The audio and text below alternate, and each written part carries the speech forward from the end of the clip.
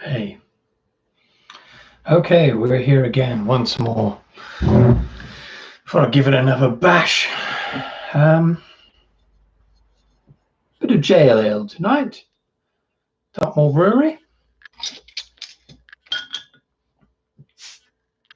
Okay, come. There you are.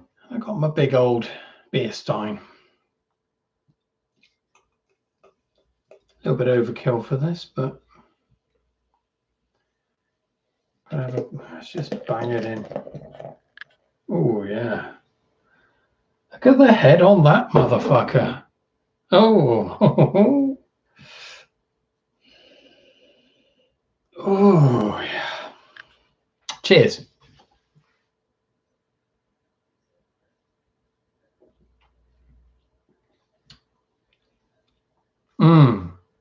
Delicious. Okay, anyone there? Hello there, Viper. You're on there quick. How's it going, old chum? It's another impromptu one. Okay, good. Hope that's going all right. Cheers, mate. Yeah, it's just I haven't planned anything. I just want to pop on. Yeah, yeah. Good luck with that tonight. What are you streaming?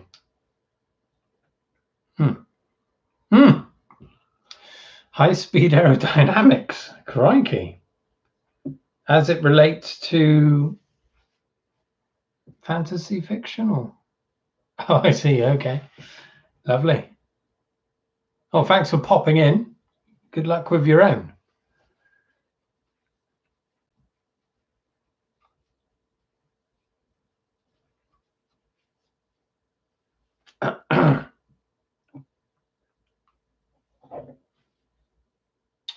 Yes. I think I remember you saying about what you're studying, or I was reading a conversation you're having on the Discord.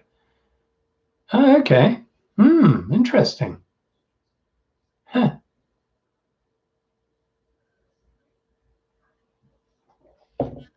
That's a subject I know absolutely nothing about. Yeah, very nice.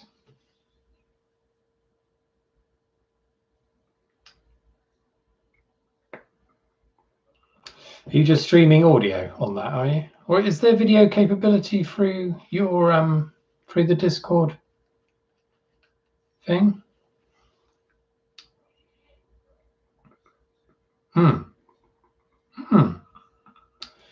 That's interesting. Teaching shock waves and other types of waves. Okay. You should do your own channel, mate. Wouldn't mind checking some of that out.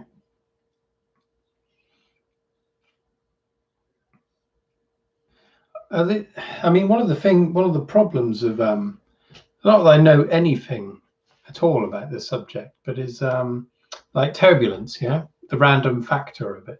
It's not something you can fully anticipate. Is that correct?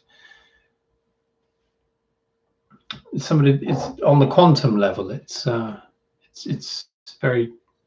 There we are. That's my extent of knowledge, or half knowledge.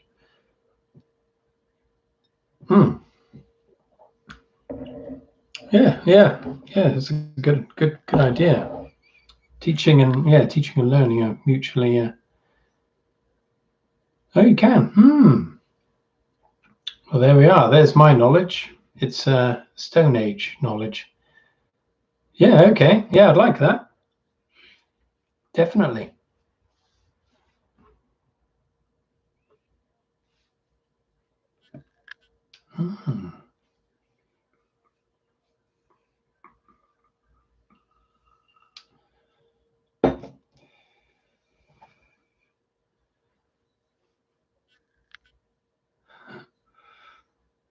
Not sure if this is very clear today. Oh, thanks very much. Yeah. And yeah, don't worry. Yeah, you carry on. But yeah, thanks for dropping by. Oh, thanks. Thanks very much. Yeah, I'm painting a lot at the moment, so every week I'm going to show what I've been working on. But yeah, thanks a lot. Thanks for dropping by, and yeah, we'll catch up soon. Lovely.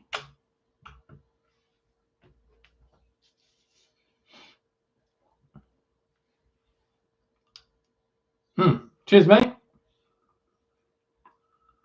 See you soon.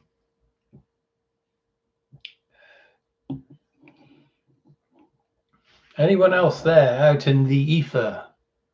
Or am I just going to be drinking alone, as usual? I don't drink alone, actually. But Vanessa is otherwise engaged.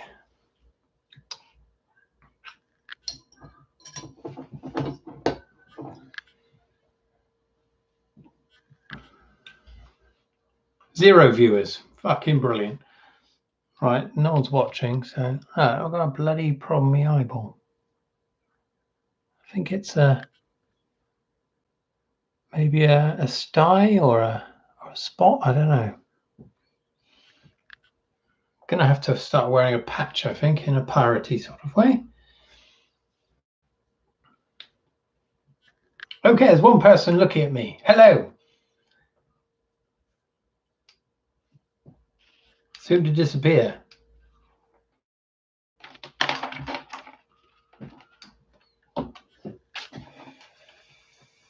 Come hither, come hither.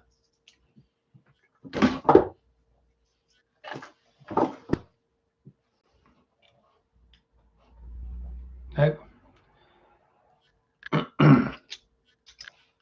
Should have probably told people I was coming on. It's hard to plan for these things.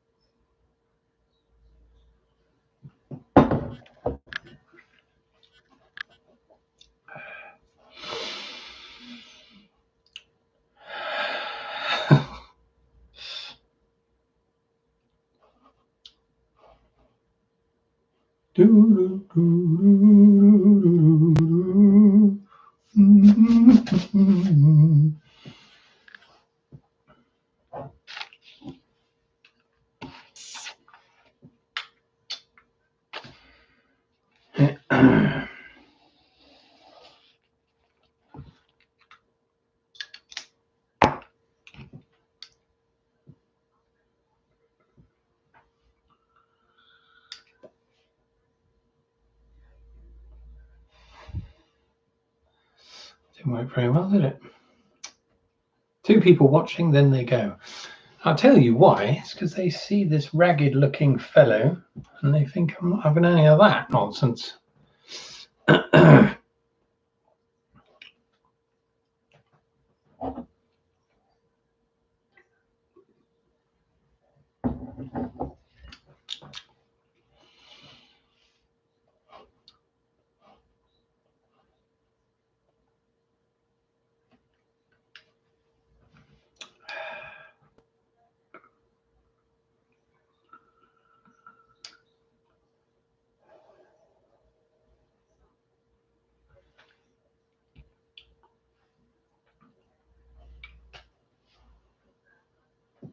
Popping in, popping out. Do do do.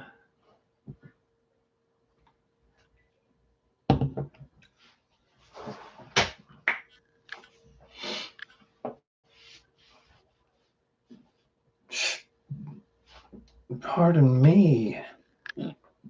Roost.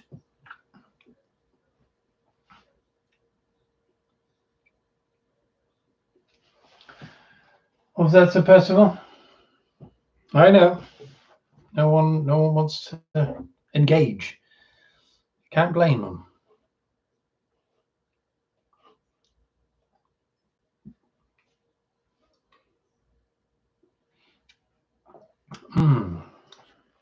Rich.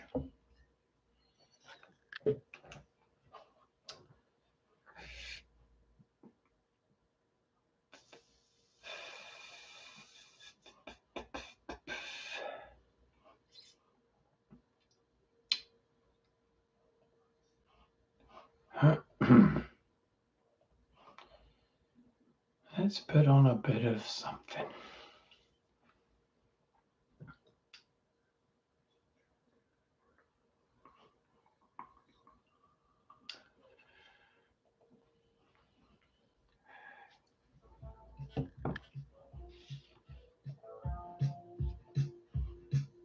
Hello there. Hello, Maria. How's it going? Hello there, girls. Sorry, I didn't plan this again. I just want to jump on and see if it was working any better. I've changed the way the video uploads, so it might. I can control this bloody autofocus though through YouTube. It's a bit of a shit interface. Well, it's probably just me being shit. I don't know what I'm doing.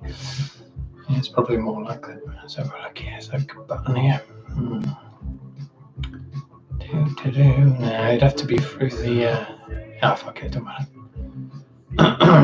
How's it going then, girls? What are you up to? Did either of you hear the explosion earlier today? It's like a clap of thunder where we are. A bloody bomb went off.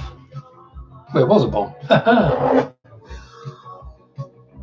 This is a fine ale, JL Ale, by the Dartmoor Brewery. Vanessa got it for me earlier, yesterday.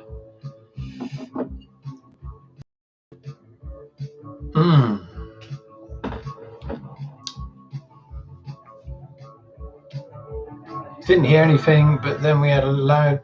Oh, you had loud music on. That could be it. I was reading the comments of.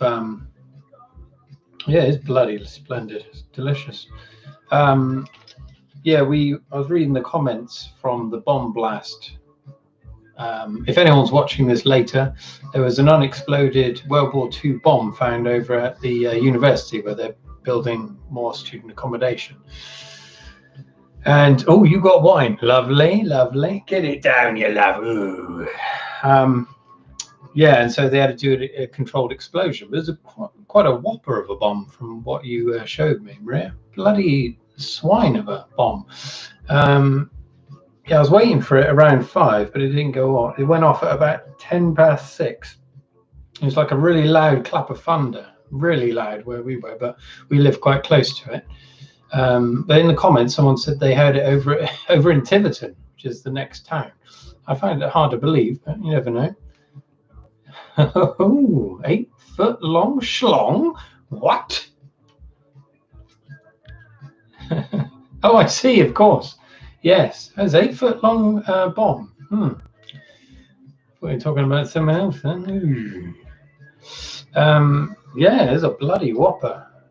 But the crikey, imagine if it had gone off when the excavation was going on. Would have been hellish. Have you seen my eye, by the way? No. That one. Got some kind of alien growth growing out of it. Oh, don't bring Sir Percival into this. He'll never shut up. Wasn't me.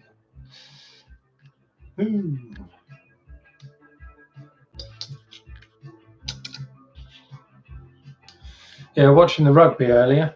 Total disgrace. Christ. I was so disappointed. England versus Wales in the Six Nations. I mean, the first two tries should never have been allowed, in my opinion. But, I mean, towards the end, they were playing better than us. So we kept giving away penalties. Who wants to hear about bloody rugby, eh? Not me, not after today. I'm not watching any more of the games. Total waste of time. It's not the same if the crowd's not there anyway.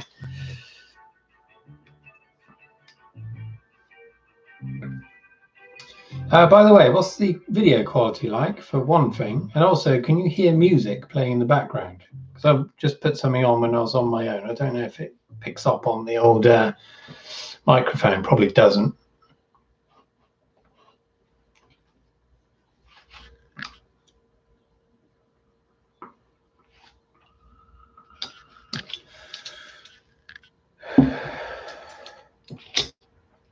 I was going to show you something in a moment, Maria, actually.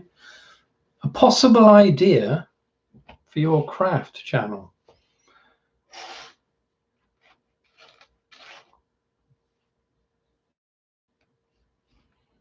I'll put another song on just for my own benefit if no one else can hear it. Let's get a bit of Wicker Man.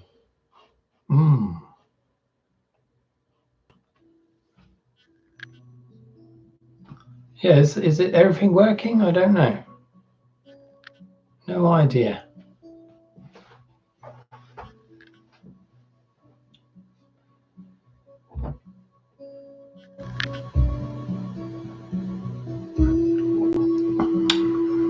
Oh, Adele, hello. Yes, that was the cue in the background. Dad would like that, indeed.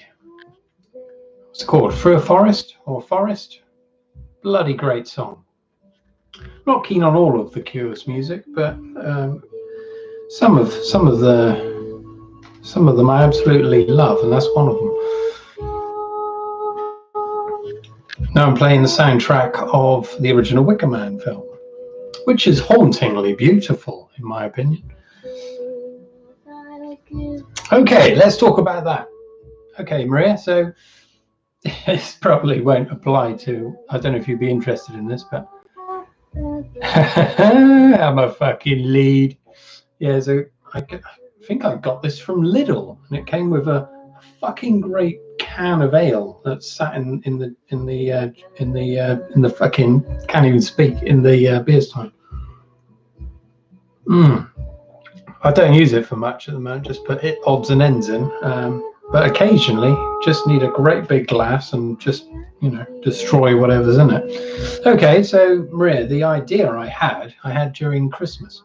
So we had a tin of was it Quality Street, and they still do the foil wrapped chocolates, and so whenever I have a piece of foil or a wrapper, I'm trying to make something with it. So I thought, yeah, let's make things, and so I started making rings for some reason. So each wrapper I would make a different ring. So look at this one. It's like 2 different colours. And the pros do this, don't they? Check this shit out. Yeah. So yeah, I made bloody hundreds of them. So they got a bit more exotic as I was going along. This one's got a little trumpet on the end. Like that. And you can just mix and match the different colours, and you can have a wonderful time with your family making various rings. I mean, who wouldn't want to do that? Here's another one that's got a rare gem on it and a coiled blue and silver band. Might use that as a wedding ring one day. I don't know if Vanessa would be very happy with that. You never know. There's a rare gold beauty. This one I got very carried away. There's a fucking tree on the end of it, but with a very nice shaft. That can go on there. Okay, so I've made fucking loads of them. Oh, this one's got a nice coil on the end. I'm going to use these now. Oh, look at this one.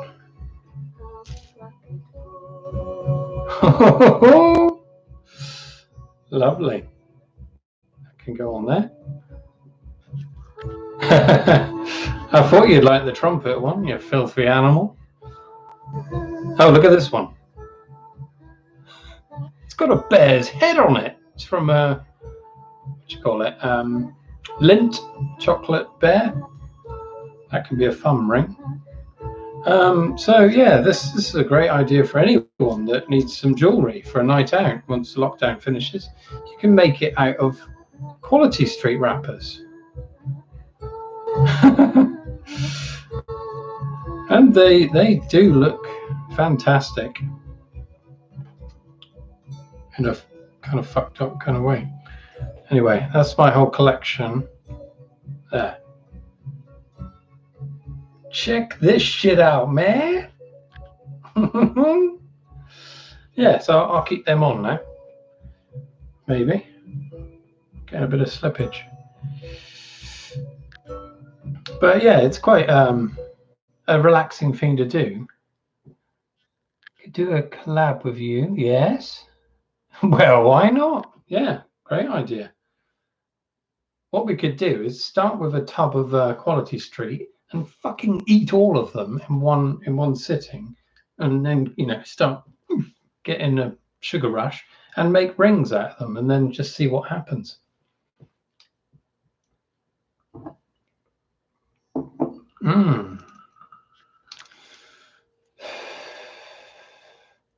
By the way, this is for anyone here that I don't know, this is my own homemade vape juice.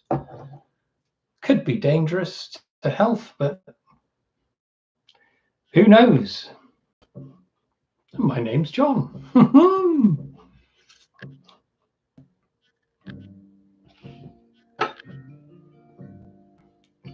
Vanessa re-shaved my head this morning. It's gone even higher. I'm up here now. And I've got a tiny little ponytail at the back. Lockdown hair, isn't it?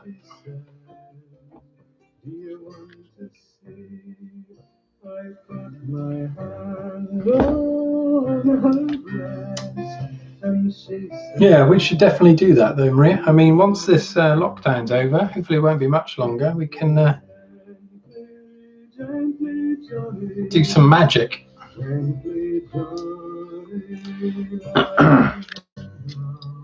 Because let's face it, who the hell wants to see this piece of shit right here? Everyone, obviously. What the hell is that music? Well, Adele, it's on the original Wicker Man soundtrack. Oh hell, one of my rings is broken. And it's called Gently Johnny, and I think it's about a young boy's, or a young man hopefully, first encounter in a sex way with another woman.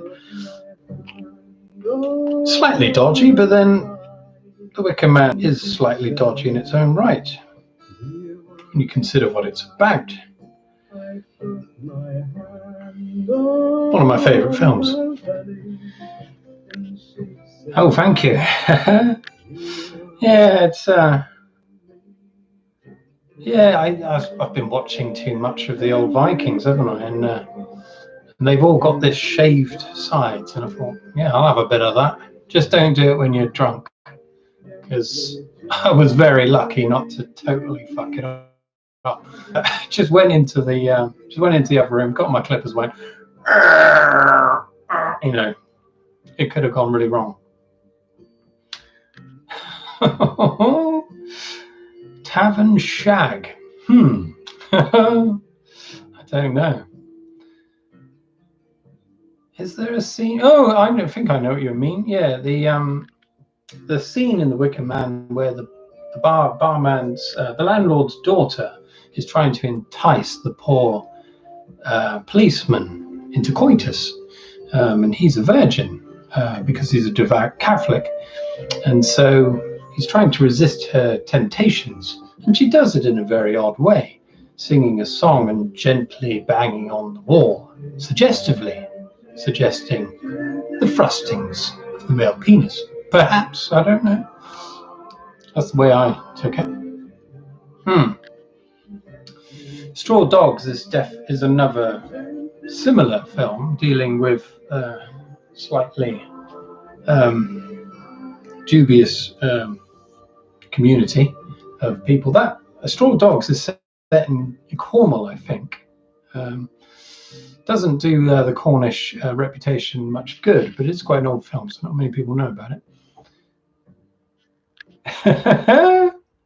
This isn't gonna bring back your goddamn peace. The famous line from the awful Nicolas Cage version of Wicker Man.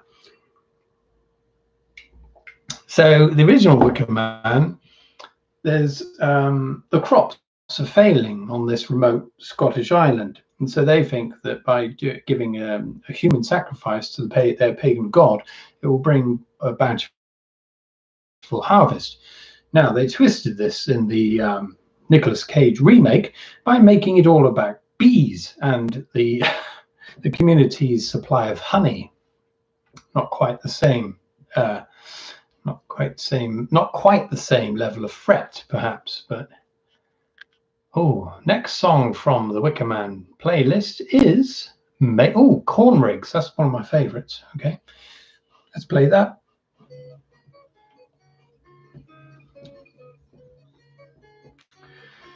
The best bit is when N. Cage punches that woman in the face. Classic Cage, of course.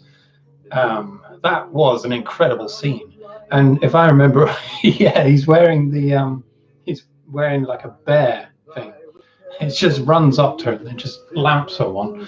And there's another scene where he just like does a karate kick on another woman. I mean, it's quite a dodgy film. I mean, you know, beating up women left, right, and centre. I guess they're trying to make it a bit edgy. Don't know if it worked. I mean, having Nicolas Cage in it was a stroke of genius, in my opinion.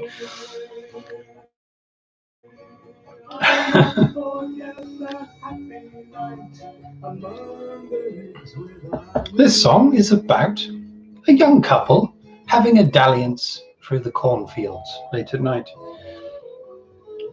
There's a sexual undertone to most of these songs. Or overtone, perhaps.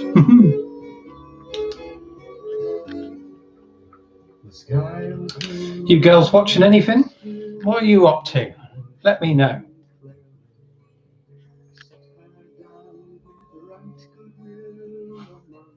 Getting his noodle out no doubt. Well, I imagine he would be.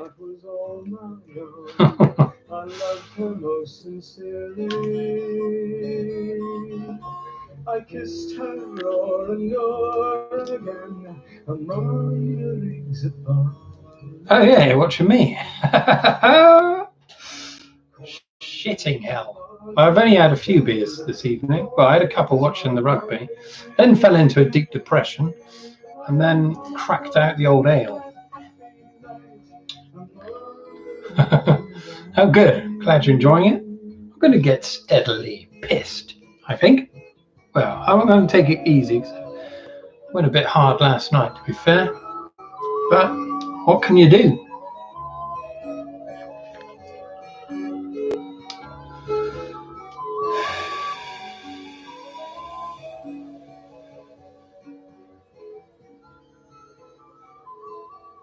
I should have had this for the thumbnail, really.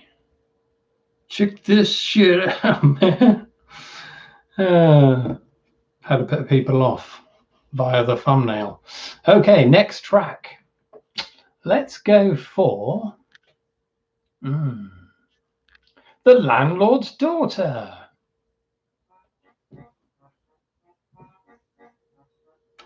Tis been said of the strumpets of yore, of wenches and body husking by the store, but I sing of a strumpet that we all adore, the landlord's daughter. Lips are as so wine is a treat, her figure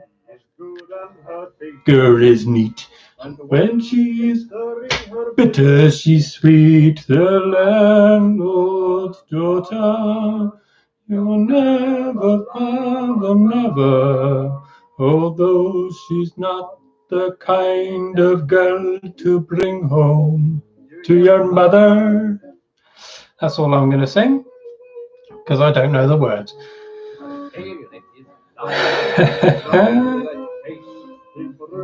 Slightly tipsy I is. Oh, it does sound like it, Maria. You've been on the old cider? Of course you have. When a name is mentioned, the parts of every gentleman does stand up to attention. All the rustle and all of the crown, star of the crown. I don't know the words.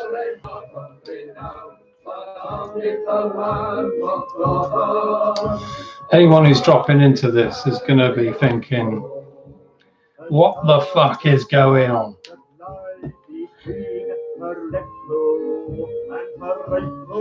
Cheers!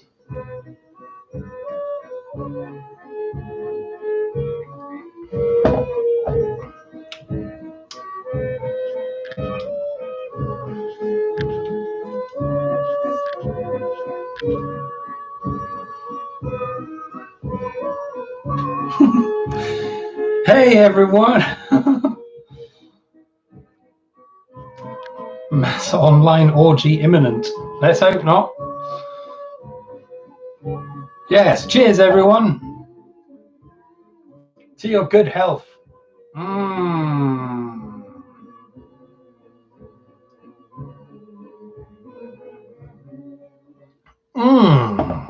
Delicious. Okay, let's put another one on. I don't know how clear these are, but Maypole. This is the Maypole song.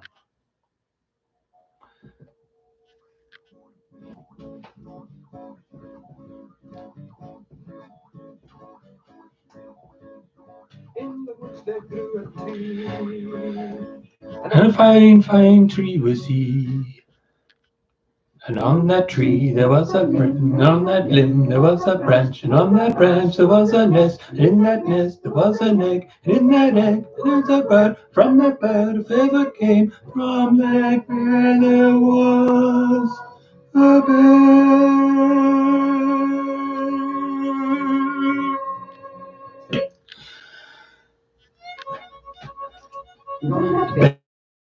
There was, and on that girl there was a man, and from that man there was a seed, and from that seed there was a boy, and from that boy there was a man, from that man there was a grave, from that grave there grew a tree.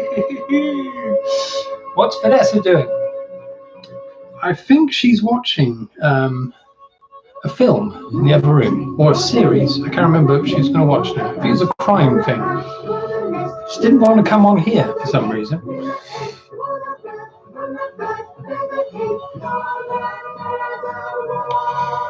That timing was incredible. Also, that shit will send you loopy in the middle of the night. Indeed. On that bed, there was a girl, and on that girl, there was a man, on that man, there was a seed, on that seed, there was a boy, from that boy, there was a man, on that man, there was a grave, from that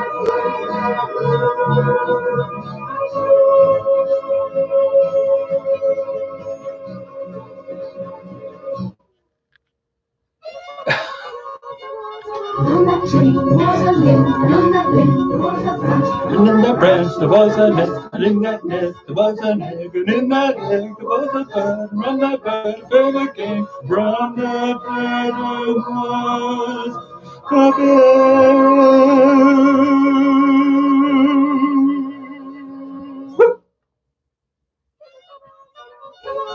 And on that bird there was a girl, and on that girl there was a man, and on that man there was a seed, and from that seed there was a boy, and from that boy there was a man, and from that man there was a grave, from that grave there grew a tree.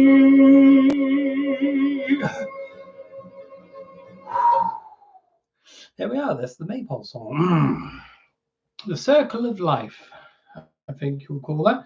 So it's all about, so on that tree, there's a branch, on the branch, you know, and from the feather is in the bed that young couple, or perhaps older, procreated, created another boy who then grew old, died, and on the grave, they plant a tree. Now that was covered in the film itself. So in their pagan religion, they're not given marked graves, but a tree's planted where they die. So there we are. It's not a bad way to go, I don't know. I wouldn't mind that. I'm going to take my rings off because I'm getting ring fatigue. Whew. Yeah. Well, I'd certainly play that song at my wedding. Who wouldn't?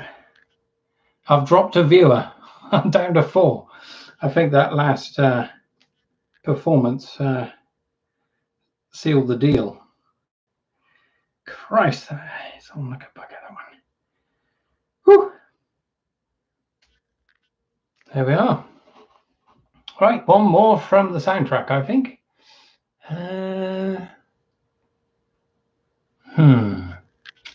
I'll just do Lullaby. I can't. It's quite a haunting one. Ooh.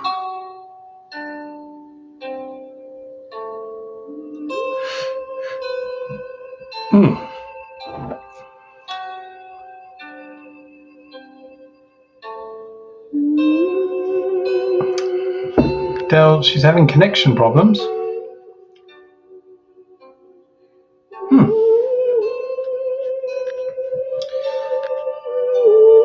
Bloody old internet.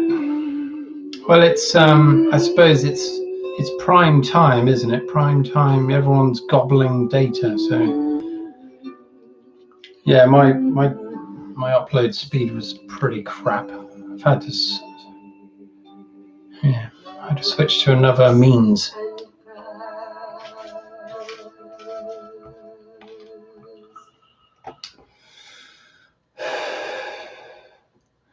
Any new viewers, if you're there, subscribe if you wish. Shameless. Right, let's have another one. Probably going to have mega copyright strikes for all this, but I don't think it's a problem there because I'm not monetizing it. Here we are. Who walked the streets of Pride before his hat upon his back, matches and plugs his pride. Oh, I have lost within my bag, my hat was full of metal, and as to skill, I went with drugs and met the good a maiden bids his tinker meet, and to him boldly say, for sure my case will have much need, if you will pass my way. She took the tinker by the hand and led him to her door. Says she, my case I don't think even playing Prince would be enough to get her involved, to be fair. The other problem is, I think Prince tracks are quite well copyright protected, so I think they'll just totally take that out. I think. Got a couple of things to show you.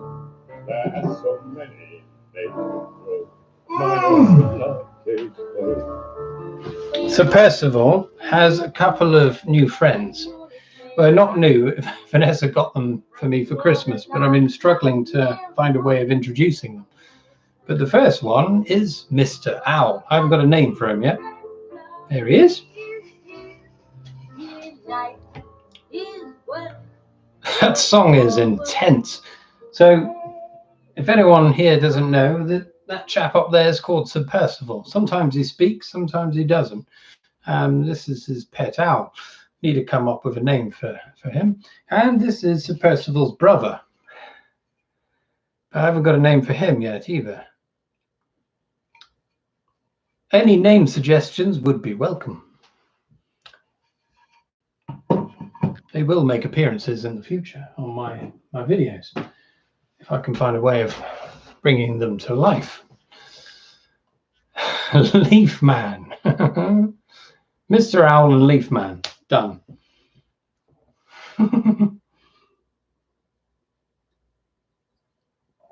Oh.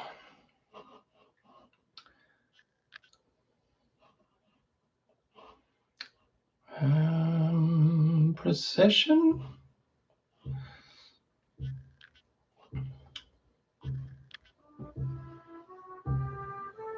Oh, it's a bit somber, this one. Christ. Okay. So you've got to be careful what you pick. I don't know if I'm going to put this on the channel anyway, whether it's just going to be a one-off live and then it just disappears into the ether. But What they can do is they just take the section that the song appears and just totally mute it. But I'll take that risk. It's a bit of Kate Bush. Leaf tits. Okay. That's the next suggestion from Maria. Thank you very much. Right, you're called Leaf Tits. Not sure he's very happy with that. Might be a woman. I think it's a man, though.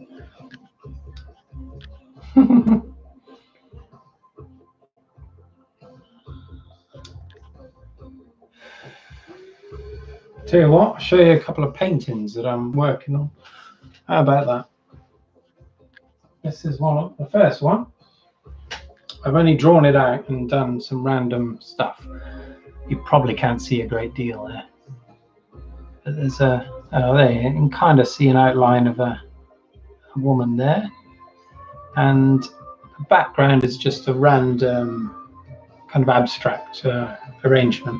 I'm going to do the figure on top, and she's going to have very extraordinarily strange hair. So that's the next one I'm going to be working on. This one's it's a lot more developed. I've just been working on this old wall in the background with this textured, all these bricks. And so it's a nude here, just a very light drawing. And so she's kind of, it's like a wall, but it's cut to her shape. So she's walking into I don't know what you would think of it, why she's doing it. But yeah, anyway, that's what she's doing. I've just got to finish her and then do the grass. It's going to be grass here, so it's just a dark undercoat. So like Bob Ross says, if you want something light to show, put some dark down first. So grass down here. I don't know if there's going to be anything else on that one, but that's the next one to do. I've also got a blank canvas here, but I have no idea what's going on that yet. Thank you. Bring on the wool. We were watching the wool earlier, actually. Do you watch it?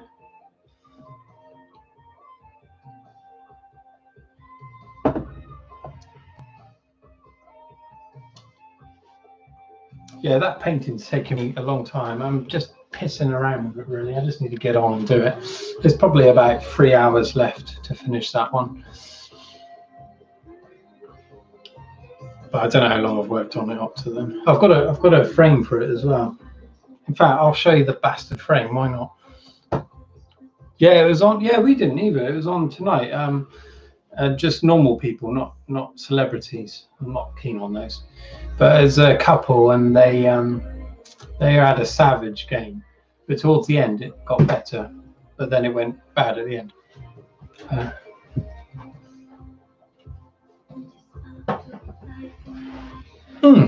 So this is the frame for the painting I showed you just now, the one in the background. This is a very old frame that I got at a quite nice. It's very odd colouring. Yeah, I got it in this old bric-a-brac shop in Bridport, I think, when me and Vanessa went there 4 years ago or something like that. And this chap, he just had a shop full of utter crap. It was just a little crap in there. I felt quite sorry for him. And I saw this frame, and he had it there for £7 or £7.50. And I just gave him a tenner. He's like, "Are you sure?" And I said, "Yeah, because it's quite a nice frame, really." And I thought, how the hell does he ever make any money, poor chap? But it's a lovely old shop. I mean, it was straight from the 1960s, I would say. But yeah. Crikey, viewer count went up to 9 then. What's going on? Is there a glitch somewhere? Sending these people here to the back end of bumfuck.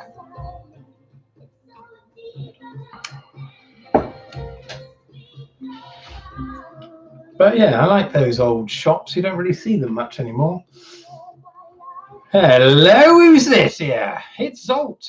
Hello there. You found me.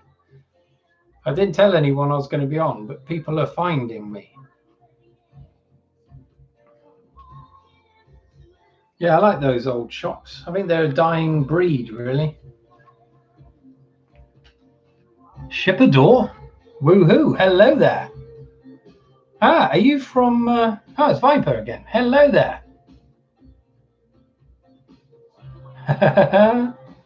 Yeah, you're from...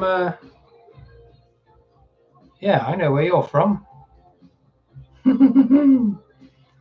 Ooh, new people. Hello there. How'd the old live stream go? Ah, okay. Oh, thanks very much. This isn't going to be very educational, I'm afraid. I'm on the old ale tonight, so...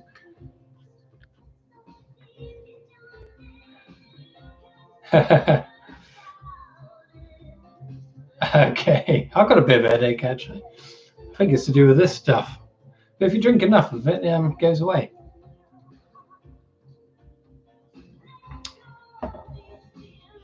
Hello there. Yeah, there won't be much educational going on here. Oh, hell, Adele's had a headache. It could be weather-related, air pressure. Yes, hello to Rod. I don't know if I'm pronouncing your name correctly there.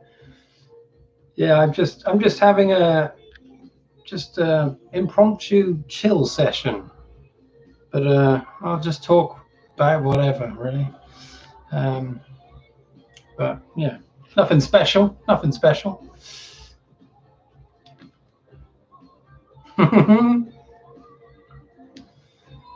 Wine related, Adele. Oh dear. Had a strange sound out there just then. Yeah, well, I'll just say for those. Oh, good. Yeah, just not really, just talking babbling crap, really. But earlier today. Oh yeah. Okay, I'll tell you about my favourite book in a moment. Just a bit of.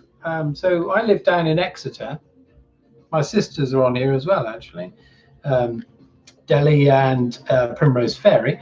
And so the other day, an unexploded World War II bomb was found where they're building some student accommodation just half a mile up the road from me. And it was a bloody great one. I think 8 foot, my sister was telling me. Quite a whopper. Anyway, earlier today, this evening, they had to do a controlled explosion, and it was bloody loud. It was massive, like a clap of thunder from where we are. And there's a video online of it. But it was an incredible explosion. I mean, if it had gone off when the digger was, excavating, it would have been catastrophic. It was a massive thing. But it's amazing that these things are still around, They got buried and then 80 years old and it's still, Christ, really went off. Okay, right. My favorite book. Crikey. That's a tricky question. I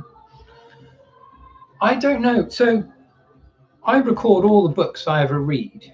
I don't know if anyone else does. I'm quite anal about it, really. I keep a list, and I've gone back as far as I can remember.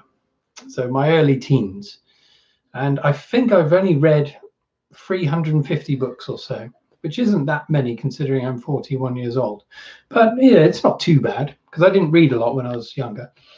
So pinning it down to one book is tricky.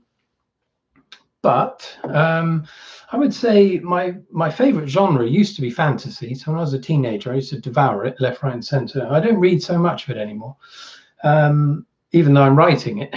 But I prefer to write my own ones now. But saying that, now it's more science fiction.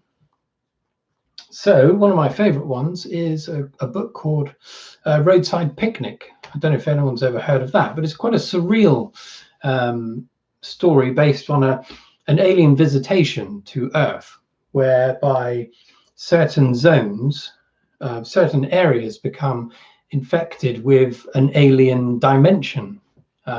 So things are all very odd and dangerous. And so it's littered. These areas are littered with alien artifacts. That are, some of them are deadly and some of them are quite useful. But that's one of my favorite ones because it's quite surreal. And yeah, I prefer books that are not too obvious really now. I prefer ones that make you think a bit more, I suppose. But saying that, I'll read any old damn thing.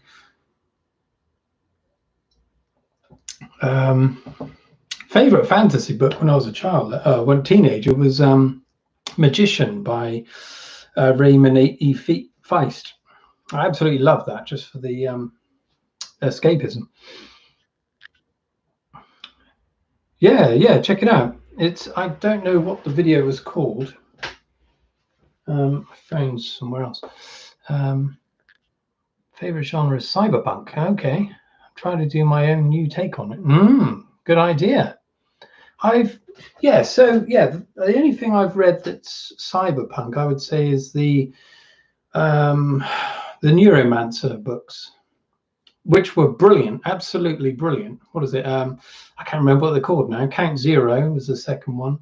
I can't even remember who wrote them. But have you read any of those? The Neuromancer books? Absolutely amazing, and you could see where the Matrix was derived from, because it's pretty close to the Matrix in some ways.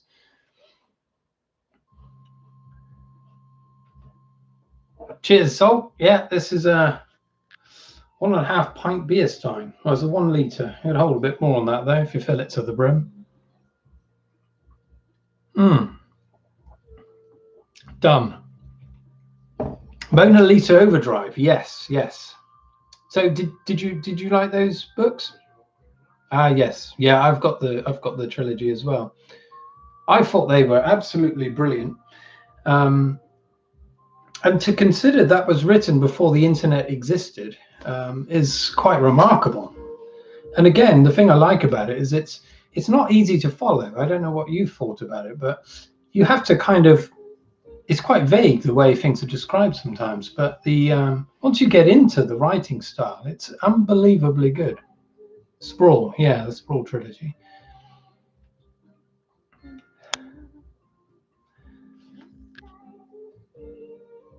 Yeah, Sprawl.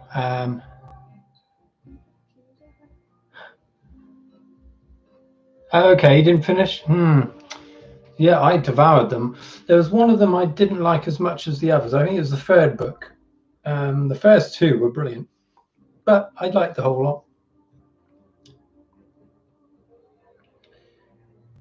Okay, yeah, I can understand that, because I found the same. It was a bit of a struggle at times, but if you persevere, it's very rewarding. It's a brilliant book.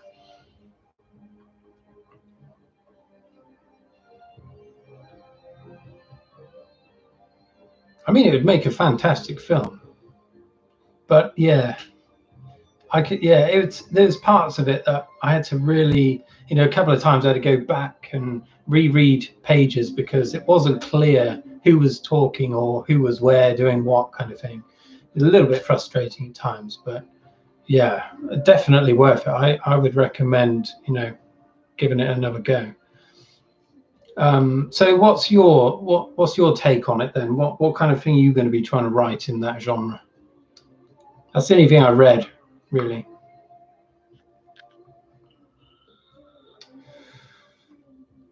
I'm just going to get another beer a minute because I'm already getting parched.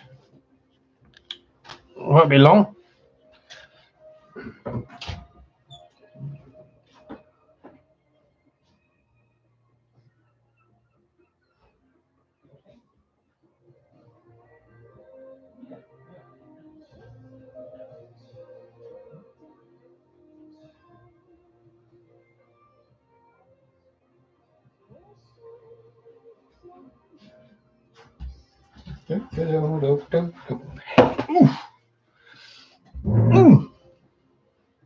My next tipple of choice isn't quite as refined, but it's still delicious. Is that a new painting I see in the background? You are correct, sir. I'll show you in a moment.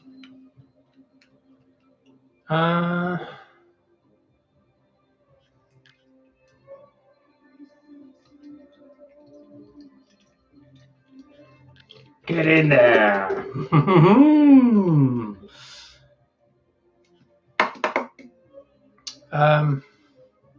Yeah, I've done a few. I don't know. I've done a few new ones. Oh, you saw my last video though, Viper. Yes, you've seen my new ones.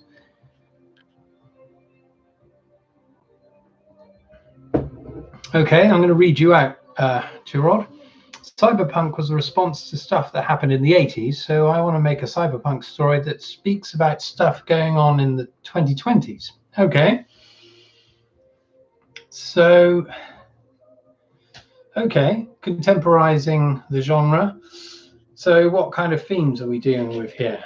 The pandemic, perhaps, or going to touch on that? I imagine there's a lot of fiction that's referencing it now, if only to capitalize on the what's happening.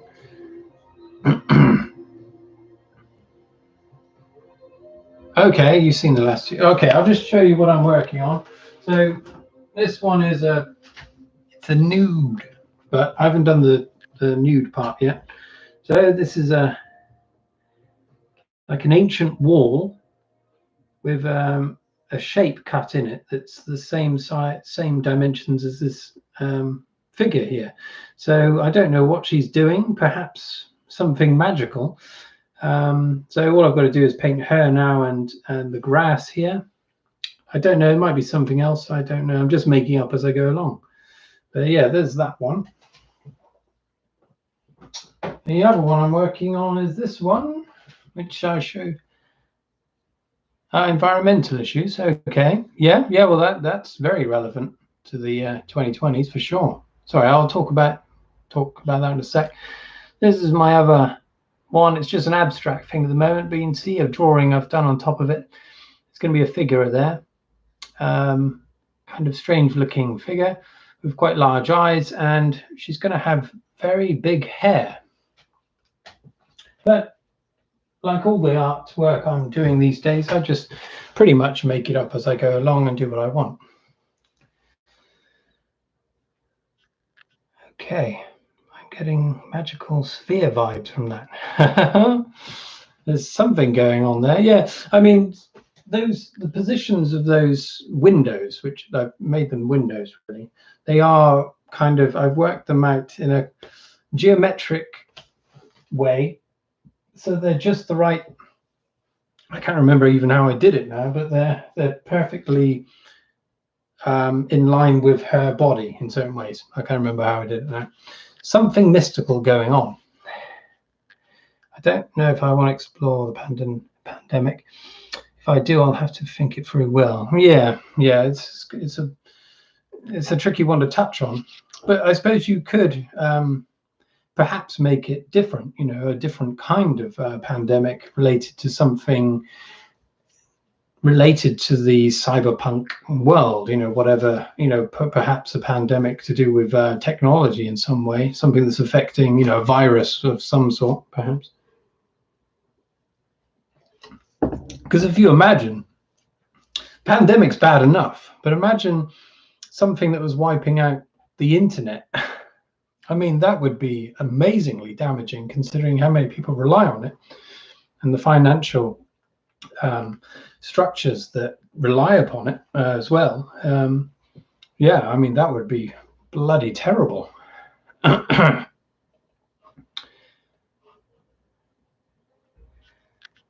Nano-robotic virus. Yes, yeah. The grey goo type of scenario. Have you ever read Blood Music by Greg Bear? Have you ever read that? Absolutely brilliant.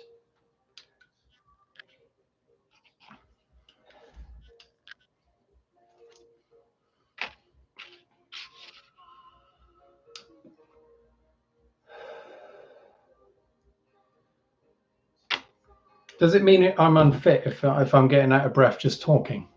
Or have I got some lung problem to do with vaping all day? These are mysteries that will only be solved when I'm dead.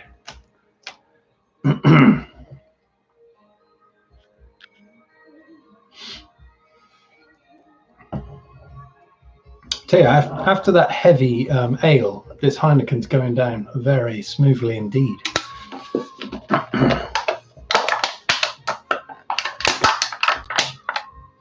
Yeah, I don't know if you've read Blood Music, but that's an early version or an early type of science fiction relating to nanobot virus.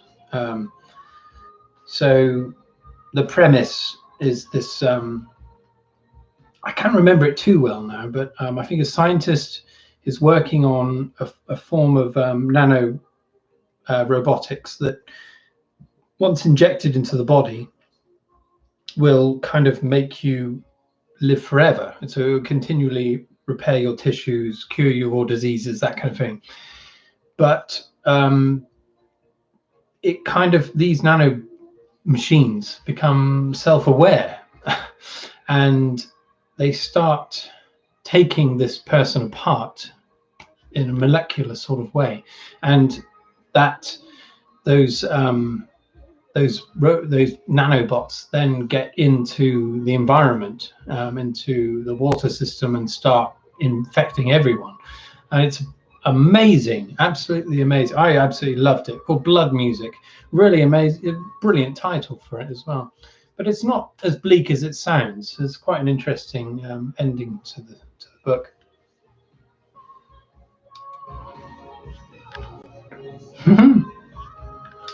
Go Heineken, indeed.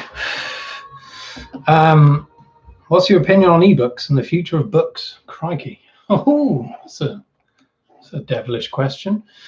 But I have no idea. I mean, I thought when the ebook started taking off, I thought that the traditionally published paper books were doomed, but that hasn't happened. There's still an enduring love for books.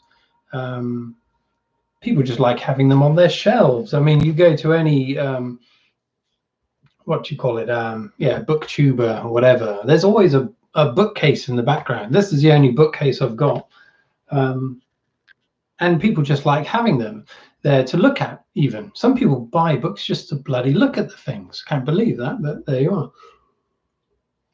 Also, I think they're wonderful to gift. You know, to give as gifts. I mean, giving someone an ebook as a gift isn't quite as special as having a nice physical book that you can leaf through and smell and, you know, chuck around the place.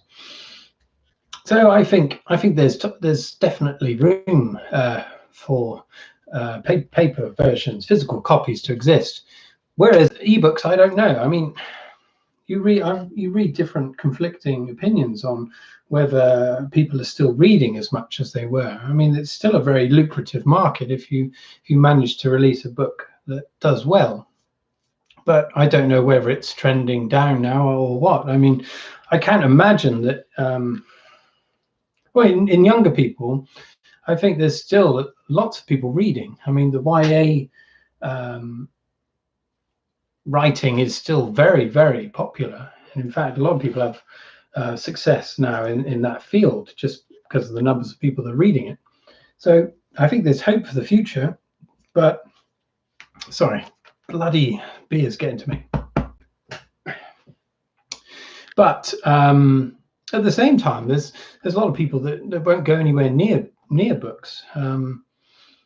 The attention spans for people are much lower, and I'm not saying that in a bad way. I'm not being derogatory towards people with lower attention spans, but I think the way we engage with media these days is there's so much we can observe, and we can switch between things so easily that I don't know, and people don't seem to have the ability to stay with one thing for any length of time. I mean, I find that even myself, you know, I love YouTube, and I watch YouTube more than I watch television, but way more than I watch television. But my attention span is very limited. In fact, people coming to watch me, they'll just listen for a little bit and then they'll say, fuck that. I mean, I've done the same. You know, if it doesn't instantly grab you, then they will go elsewhere. And so that doesn't bode well for reading in the future. But I think if you're a reader, if you're a dreamer, if you're someone that likes exploring other worlds in your mind,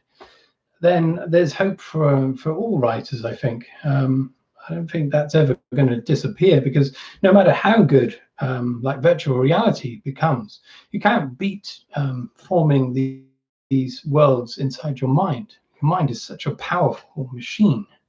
So yeah, don't give up hope. I haven't, even though my books have done terribly. It's a good collection of books behind you. I dream of having mine one day. I only have a shelf. Okay. Oh, that's okay. Yeah, cheers, Viper. Thanks for dropping by again. Nice of you to come. Thank you. Yeah, that's all the books I've got. They're crammed in there like two of it goes deeper. But yeah, anyway. Hello, Demian. Hello there. If it's a 20 video, I rarely watch them. I leave them for later and then I forget. I do the same. I do the same.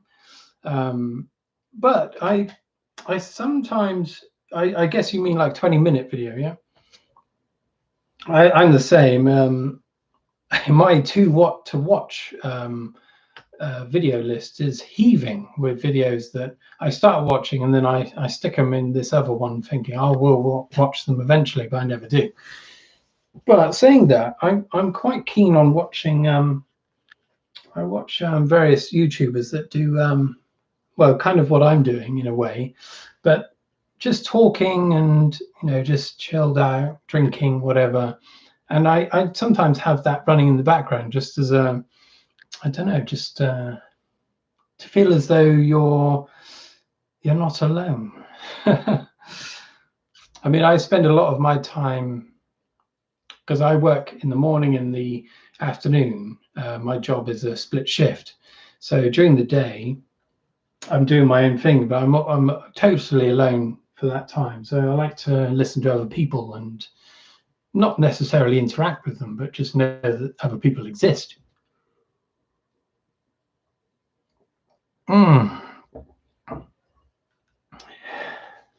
I watch YouTube for 2 hours, but I feel 20 minutes or more seems too much. I watch some, but I still have that. I know what you mean, for sure. It's that attention span thing, I think. And that's the thing. And so a lot of YouTubers,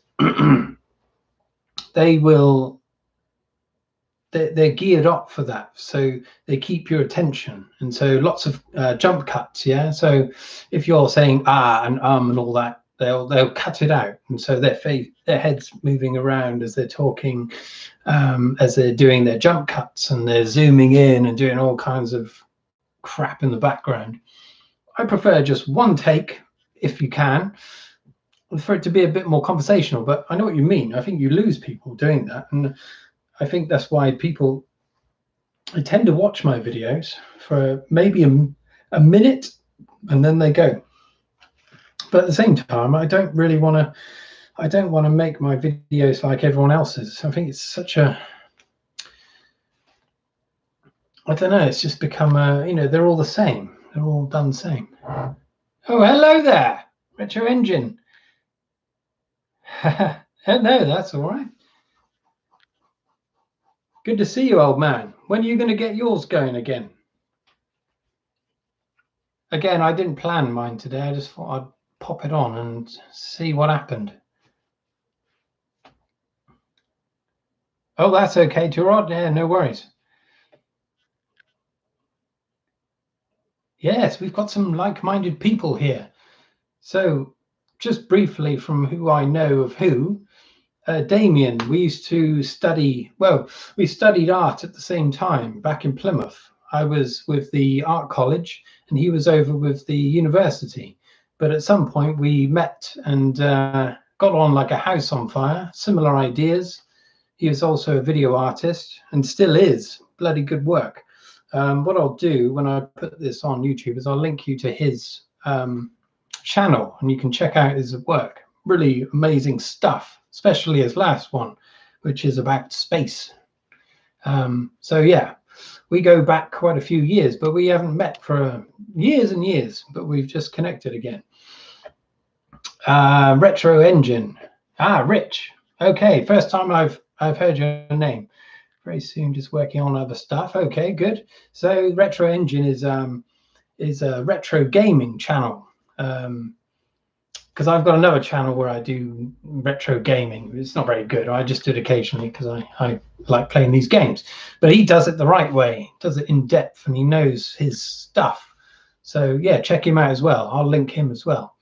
But yeah, he's a bloody good chap. And yeah, nice chap. I'm also known as Valderon, Chief Viking Extraordinaire, Dancing Swordman, a fellow Viking. Skull! Get that beer, get that ale down you.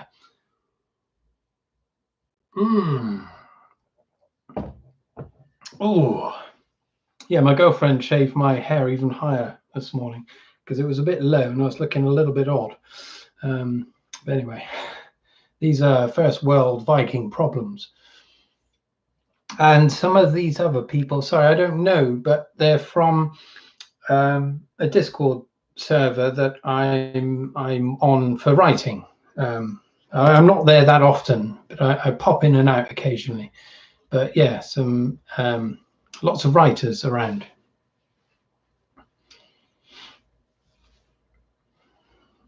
And my sisters are here somewhere, but they've gone rogue, I think.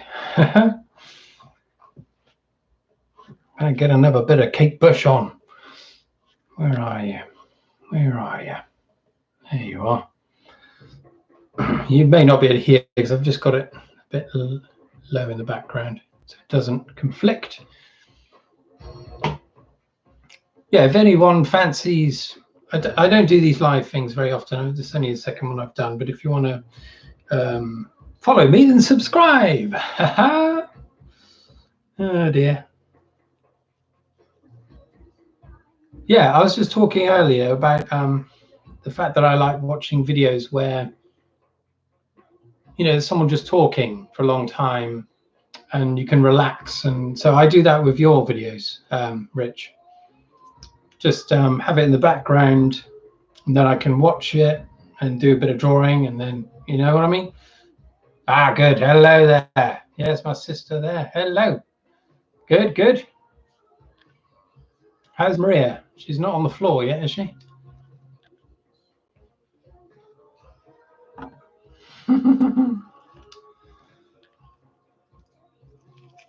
Oh, you're welcome, Demian. Yeah, sorry, I'm not keeping up with these bloody things, but yeah, I was going to have a chat with you about your work, actually, Demian. But I'll message you.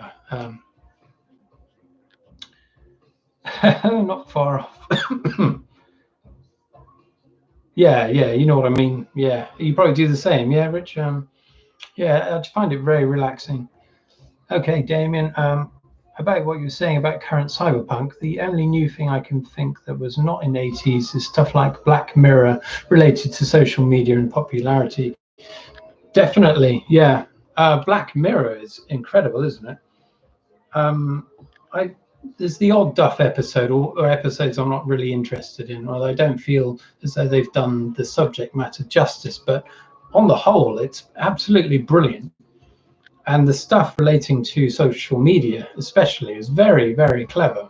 And you can see how it could go in the future if it's not properly regulated, or, you know, people just become addicted to it, and it's their lives, and people measure their social status by.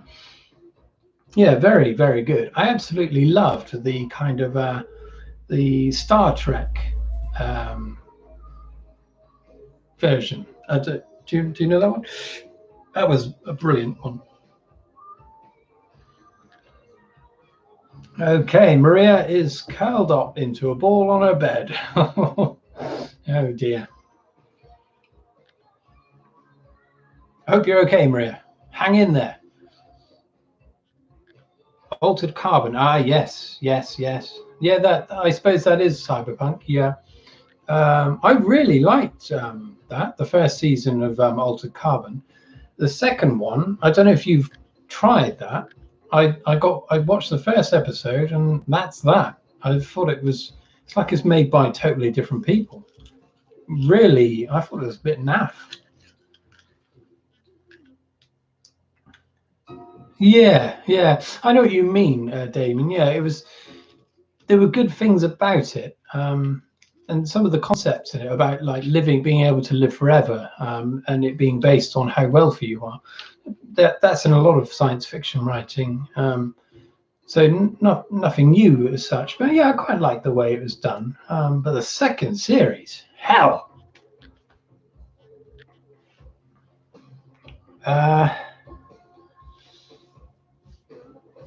Okay, going to cycle home in a bit. I was going to knock on your door in the background. Yeah, do it. Right, my sister may appear in this door, but you've got to keep your distance, Maria, because you'll be breaking the COVID rules.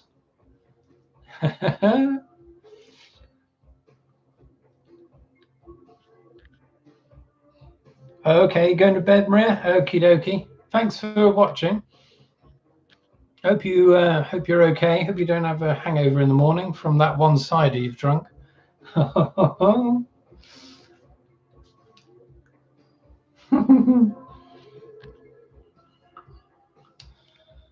Poor Maria's a bit of a lightweight, God bless her. But saying that, I am in a way. I haven't had many today, and I'm already a few sales to the whatever you call it. Okay, Adele. Yeah, see you in a bit. Okay, in 10 minutes, you're going to see my sister. She's going to pop out of that door. Hopefully she's wearing a mask, else I'm going to, I don't know, I need a 2 meter ruler I've got a 1 meter ruler. I have to smack her with that. One thing I want to see explored more in modern cyberpunk is psychological stuff. Yeah. I'll come back to you in a moment. Helpful tip, wear a scuba kit and you can get anywhere. That's a bloody good point. Yeah, if you've got your own oxygen supply, there's no bloody no worries there, is there? Hopefully she'll be wearing that kind of get-up as she's not coming anywhere near me. Not going to bed yet. Oh, she's going to feed Pickle. Pickle is her pet hamster.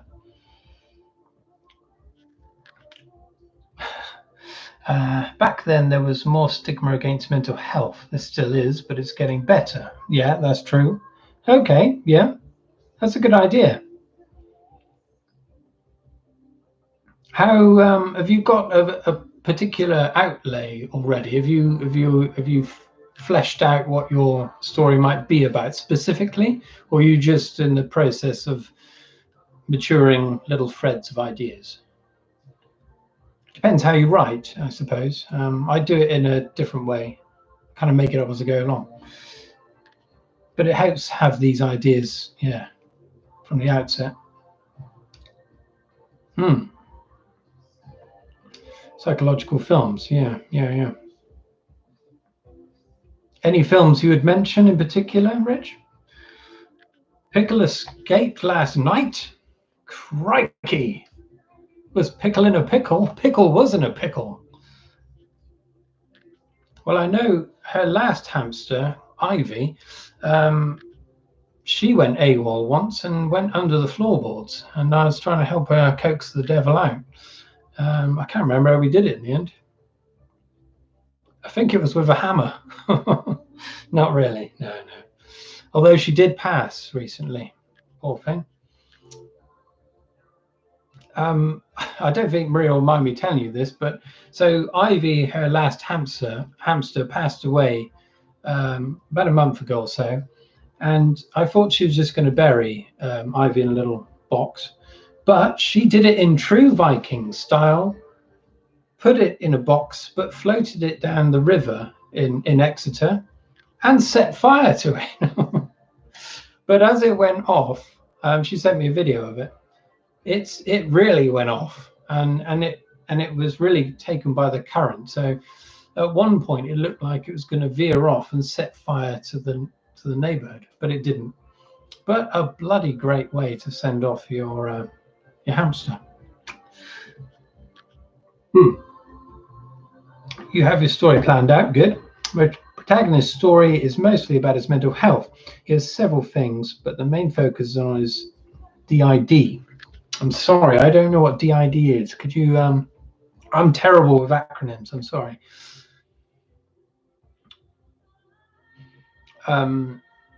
I like that idea though. Is the perspective of the story going to be told through the eyes of your protagonist, or are you doing it? So yeah, Videodrome is a bit mental health science fiction. Okay, Videodrome. I've heard of that, but I've never watched it. Okay, dissociative identity disorder. I'm trying to work out, what that is. Could you explain? I've got an idea of what it could mean, but is it so losing your own identity or multiple people? Okay. Okay, right. Okay, multiple people in the protagonist's body, including himself. Is that a form of schizophrenia? Is that a similar thing? I don't know. Multiple personality disorder. Okay, well, that's interesting. And funnily enough, there was an episode of Black Mirror that had that something like that. I think it was it's like an ex-wife that, I don't know, someone else's mentality was put into their brain, so they had both husband and wife in the same brain. Yeah, that was very, very odd. Okay, trauma-based disorder. Okay, that's interesting. How far along are you with it? Okay, sister's on the way. When someone experiences extreme trauma in their early childhood, parts of their mind dissociate until they become separate people. Ah, interesting. I I don't know if you've seen this series called Tara. It deals with that similar situation. It's kind of a comedy in a way, but light-hearted treatment of this situation. But she had childhood trauma, and she had about 5 or 6 different people that inhabited her mind, and occasionally they would take over. And it was quite odd because some of them were men, and she's a woman, and it's quite strange. Yeah, it's very good. It got a bit stale towards the end. There's 3 seasons. The first season was very good, very clever. They speak differently, mannerisms different. Most stories don't represent the ID well, but I'm confident I'll do it well. Ah, okay. Well, there you are. Well, you can do it justice. You can do what they're. The trouble is, I think it's very easy for writers to get onto not so much a bandwagon, but they'll hear a particular condition and then they'll use it as a prism through which to tell their story. So they don't really understand it very well. They'll research it to the extent that they can, but if you've got a first-hand experience of it, I mean, you can do something really special with that, something that hasn't been done before.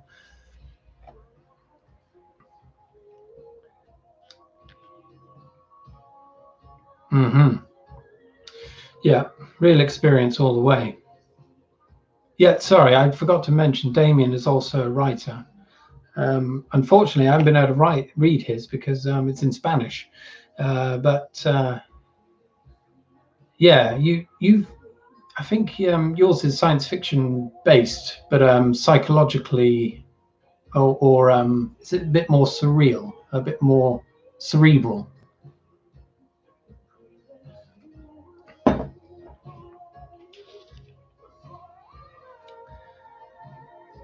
Personal experience all the way, though. I mean, whatever you're writing, I think you take what you've experienced anyway and you use it for what you're writing, which makes it hard if you haven't experienced very much in your life. But even then, you can still do interesting things. But yeah, you can't beat lived experience.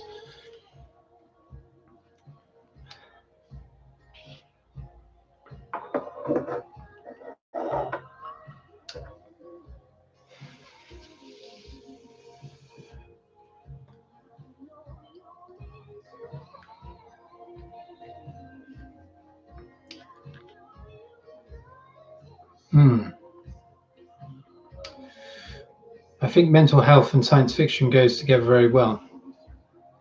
Indeed. I mean, I was messaging you the other day, or was it yesterday, about Philip K. Dick. And that's one of the things I like about his writing. So I think a lot of the time, because he abused psychoactive drugs a lot, I think, and some of his writing is very surreal and disjointed. That's what I like about it, though. It's I don't know. It's not. There's more to it than meets the eye. There's levels. There's depth to it. Yeah, quite traumatic actually. I'm thinking. I told you about Valis, and I think was it Radio Free Album? I don't know if I've read that one, but I know that I think I have. They're both similar. It's about a man that believes he's been contacted by an extraterrestrial mind. And obviously everyone thinks he's mad because of it. But in fact, the interesting thing is that I think he actually believed it had happened to him. He believed, it was said that he'd had a nervous breakdown, but he believed that he had been contacted by an alien mind. Who's to say he didn't, but chances are he probably was under the influence of something, but I don't know enough about it. But Philip K. Dick's writing mirrors his psyche. I've read everything of his. Oh, really? I haven't read all of his, but I see when I find an author I like, I try to ration myself. So there's quite a bit. I've read probably half of what he's done or what he did. So all maybe the bigger one, the more well-known ones, the Free Stigmata of Palmer Eldridge, Do Androids and all that, Ubik. Some of them are I found it hard going. What was it? The transmigration of someone. The transmigration of someone. I found that very hard going, but yeah, for sure. I mean, it definitely mirrors his his drug-addled brain a bit. Sorry, I'm not. Ale's taking effect, I'm afraid.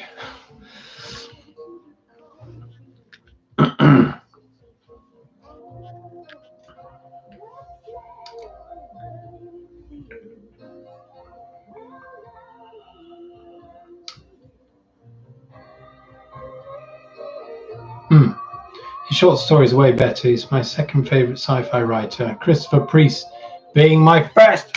You better believe it. All hail the ale. Cheers. I absolutely love Christopher Priest. Oh, can you hear something?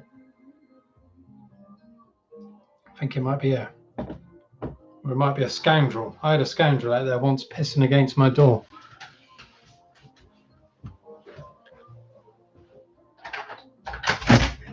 Yeah, naughty.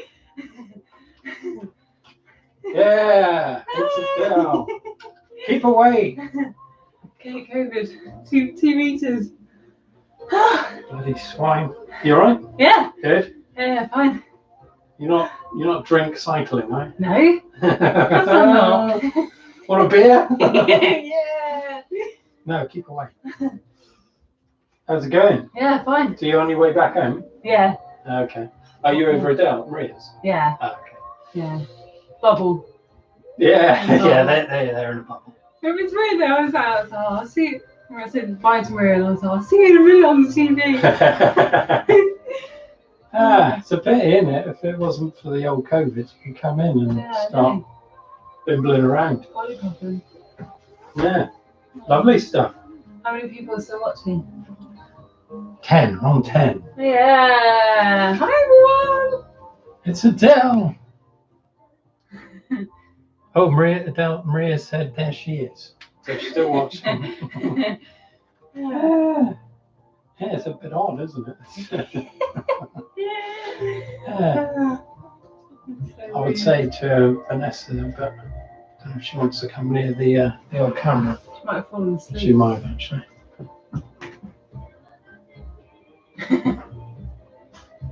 Bird? Adele's here. Be careful not to come into the camera area because I'm still streaming here. Sorry everyone, just having a family reunion.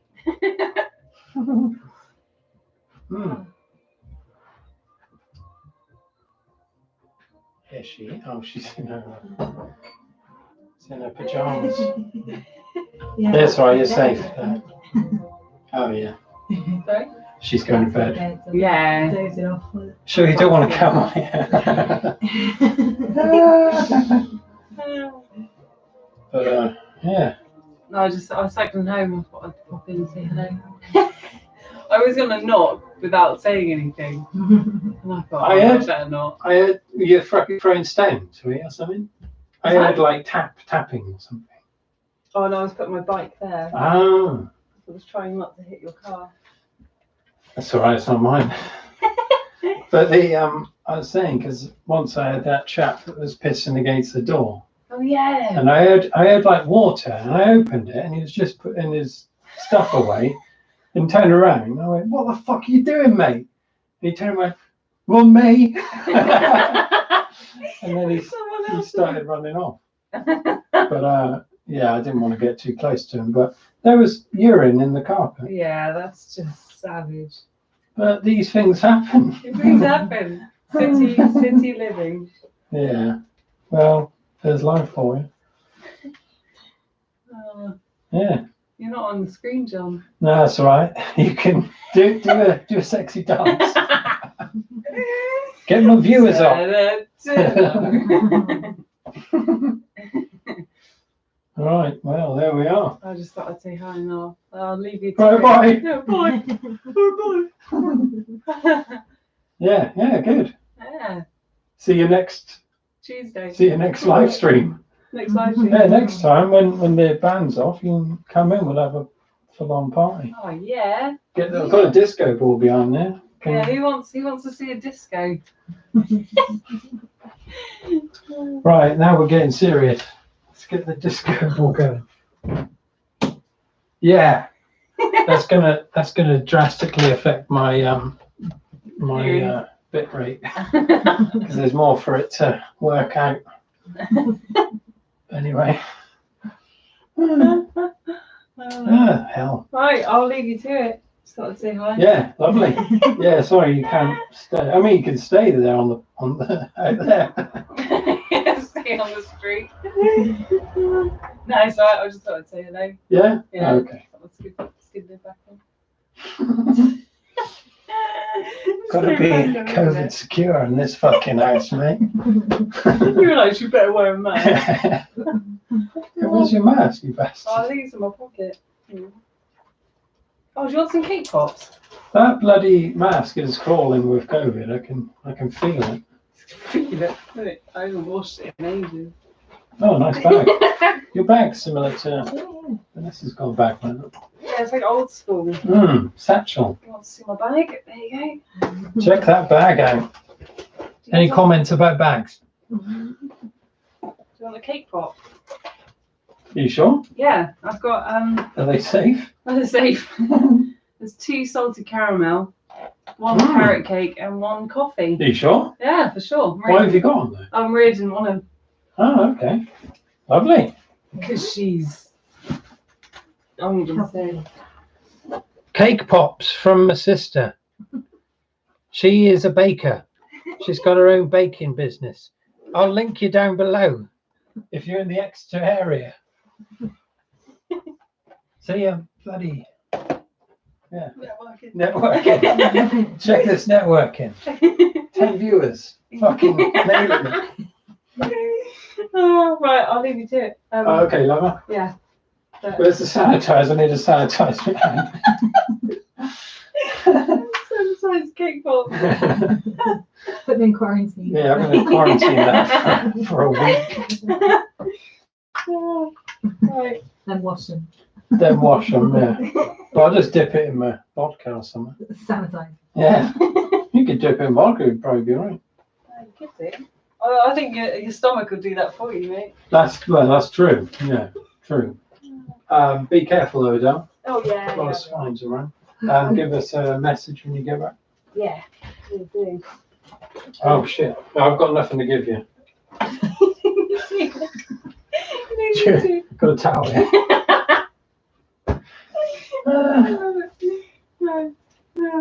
Right, see you when I see you. Yeah. Okay. Yeah. Lovely.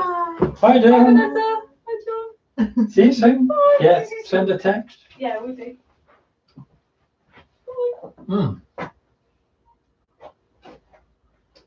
You got lights? Yeah. Okay.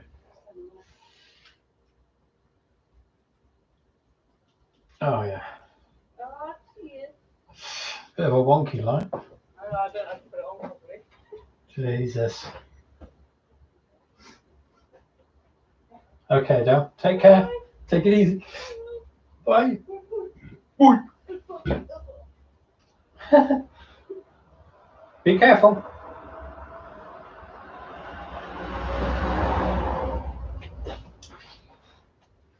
There she goes. Oh, bloody cold out there. Yeah. You going to go to bed? Yeah. All right. I won't do this for too much longer. All right.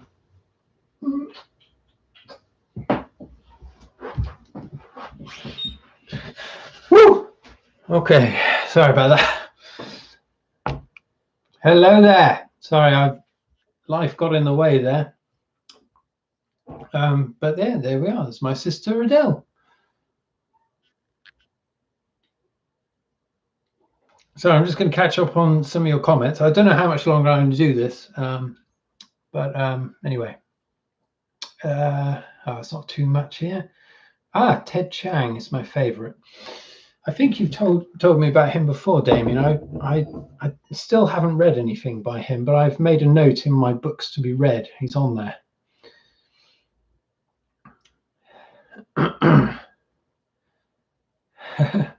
Okay, some hellos from my sister there.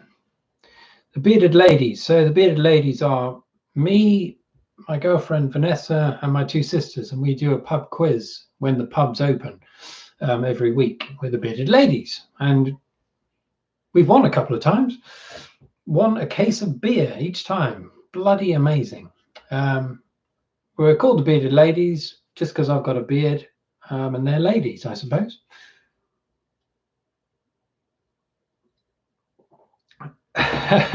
Yeah, I did go a bit Viking on that fucking bloke that was pissing against my door. He obviously didn't know I was in here. I thought it was rain, but it wasn't. It was in the middle of summer. Yeah, and I confronted him, and I was really tempted to run after him, but I had to wash the piss out of the carpet. Stank of piss for 2 weeks. Okay, COVID cake pops indeed. Hello, Viper. You're back. Yeah, I've got the disco ball going. Going to be doing some heavy fucking dancing in a minute. Not really. Down to 7 viewers. It's all going downhill, but I have been going for quite a while now. Sorry, it's a bit of a mishmash, but I prefer life. Life is better when you don't plan anything. Things happen and you just never know. Yeah, I don't know. Is everyone ready to pop off, or what do you want to do? Do you want me to stick around or what? I've still got some ale here. The only problem with that disco ball is that it screams. It's like whimpering constantly. I think there's a joint in it. It's like plastic rubbing against plastic, and it constantly makes this kind of moaning sound, like it wants to be put out of its misery. Oh, thank you, Viper. Yeah, I don't know. Successful is a relative term, but I think it was okay, I suppose. Who knows? Happy to stay. Really cool discussion. Might grab a beer. Is it too late? Of course it isn't for a fellow Viking. Get that beer. I'll refill mine in a minute. I'll stay on here as long as you do, old chum. Okay, it's getting late. Yeah, I came to finish the live stream because I had to leave suddenly, but I didn't get to hear the rest of your answers to my question. Sorry, old chum. I don't know. Is there a question you had? I'm sorry. I don't know what the last thing you said was. Okay, 15. That's not bad. 15 viewers. Yeah. I'll need sleeping emoji, Jim Bob. I'm called Jim Bob sometimes. That's why I call my other channel Jim's Retro Treat. Been up since 6. Oh, God. Bloody love this live stream. Lovely. Thanks, Maria. Yeah, Maria works at the university, so she's been directly impacted by the World War II bomb scenarios. So she's had to work longer hours to shepherd the poor students because loads of them have had to have been evacuated. I don't know how many is. They're talking like 2,000. I don't know if they did that in the end. Oh, okay, Viper. Yeah, yeah. I talked it through, so I don't know if it'll make much sense. But I had a stab at your question. But yeah. I'll put this up as a video. Hopefully the copyright thing won't come into effect because I've been playing Kate Bush all fucking night, so they might delete bits. I don't know. Yeah, how bad it was, Maria. Christ. How many did they evacuate in the end then?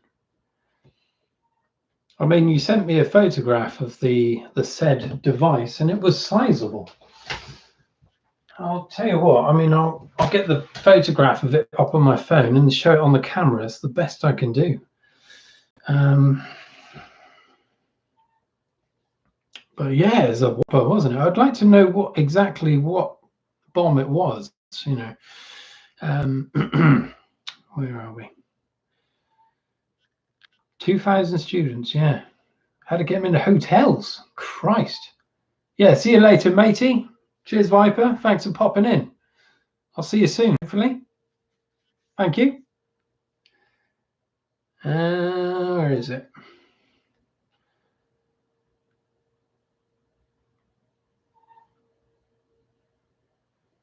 Yeah, I'm not sure if I'm going to be able to find it. Oh, there it is. Yeah, I'll see him. He ain't going to be very clear on here. Okay, there's the bomb. Yes, it's got that kind of torpedo shape. But yeah, she was saying it's 8 feet. It was 8 foot long, so sizable. I mean, the way it went up, wow.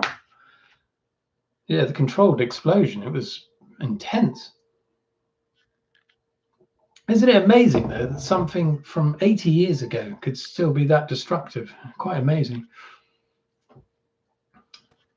Yeah, see you, Viper. He's probably gone already. Sorry. Apparently the blast has done some damage to nearby building. I'm not surprised. I mean, so you told me that the controlled explosion was going to be happening around 5 o'clock. So I did this little video because I was going to put it on my channel. And so I was by the door and I was like, the bombs are going to be going off. And then nothing happened. So I assumed it was just a little, just nothing. And so I thought, oh, fuck it. I was missing the rugby. So I went back in and I was watching it. Second half, it's about 6:10. And there's this bloody great boom. So Christ, I mean, we're half a mile away. So yeah, buildings nearby, I imagine the windows are blown out. It's quite intense. And then, I mean, I had this mental picture of, you know, during the Blitz, you know, these things were falling out of the sky all the time, you know, in their bloody hundreds. It's incredible. An amazing thing to think about. Hellish.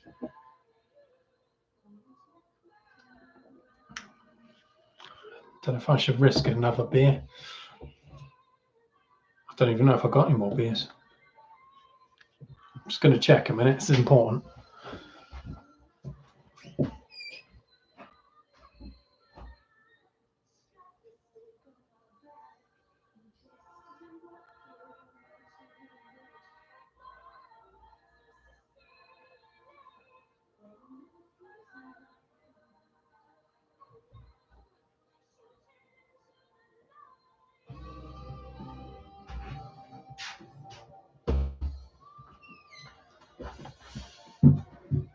Hellish news, I'm afraid, out of beers.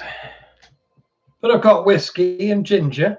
Oh yeah, it's happening. I'm just going to do a little one though, because my head is already a little bit fucked.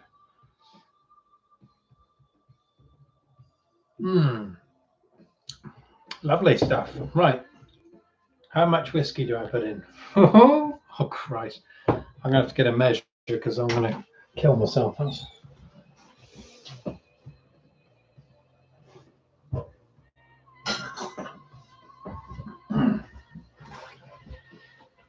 I'll just have one.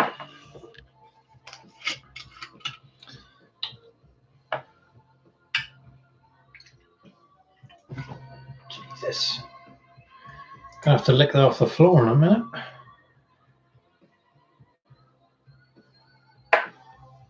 Nice big shot of that.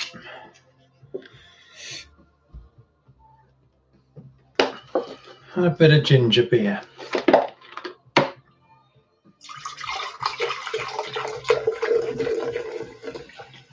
Not too much.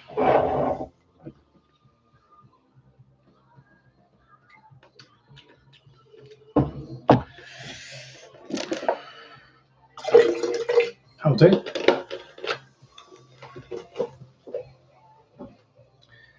Did Vikings drink ginger beer and whiskey?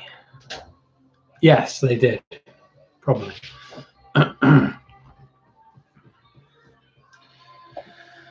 Oh, hell.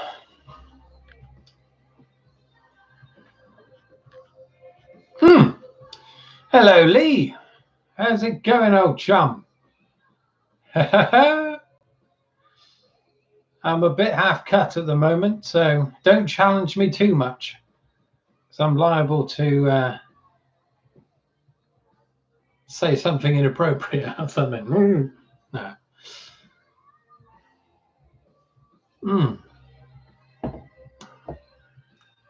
Been running today? Any filming going on?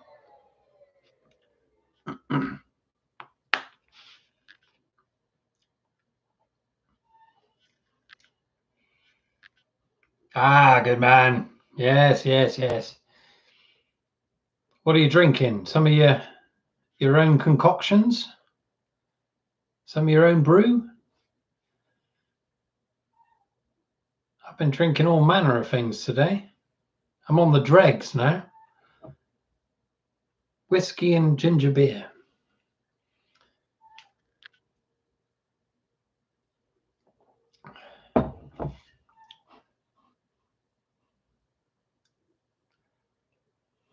Sorry, I'm just working my way through Kate Bush at the moment. New bike yesterday. Out on it today. First ride on a road bike. It was a little shaky.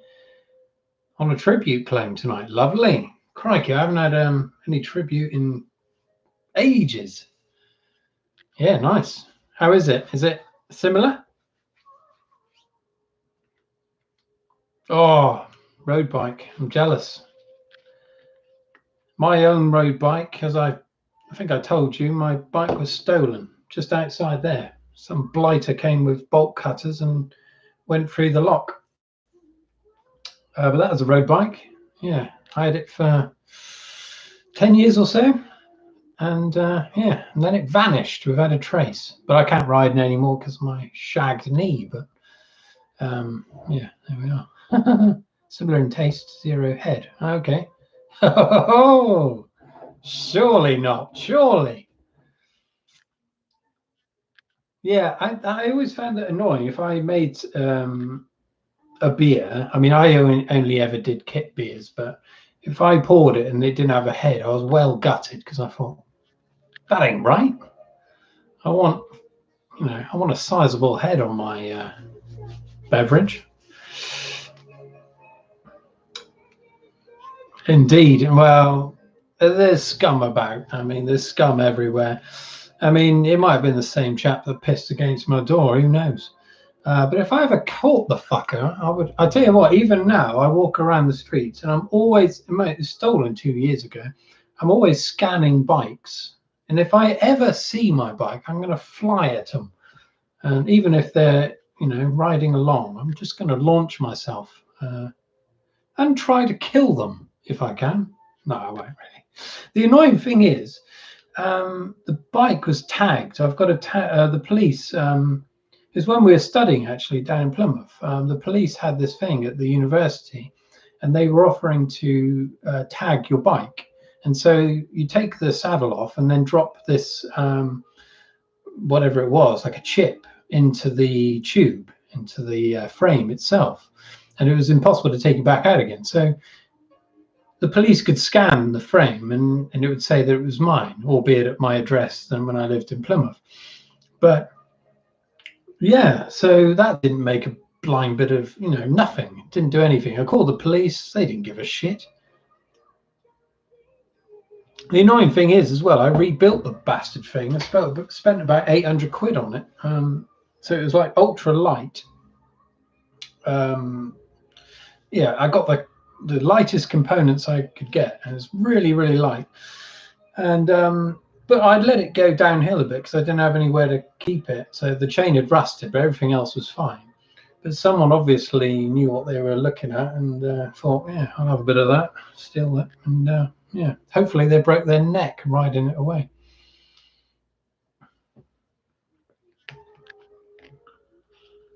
What's the world coming to? I'll tell you where. It's going down the fucking toilet. I'll tell you what, I haven't had my cod liver oil today. I keep forgetting to have these. But because I'm 41 years old, but I've got the joints of an 80-year-old. So I've got to take these cod liver oil tablets. Now the jury's out as to whether these actually make any difference, but I've noticed some difference. Where's the bloody camera? There it is. Isn't that wonderful? But yeah, I think it's helping me. It's not. I'm not getting quite as much pain as I used to. Down the hatch.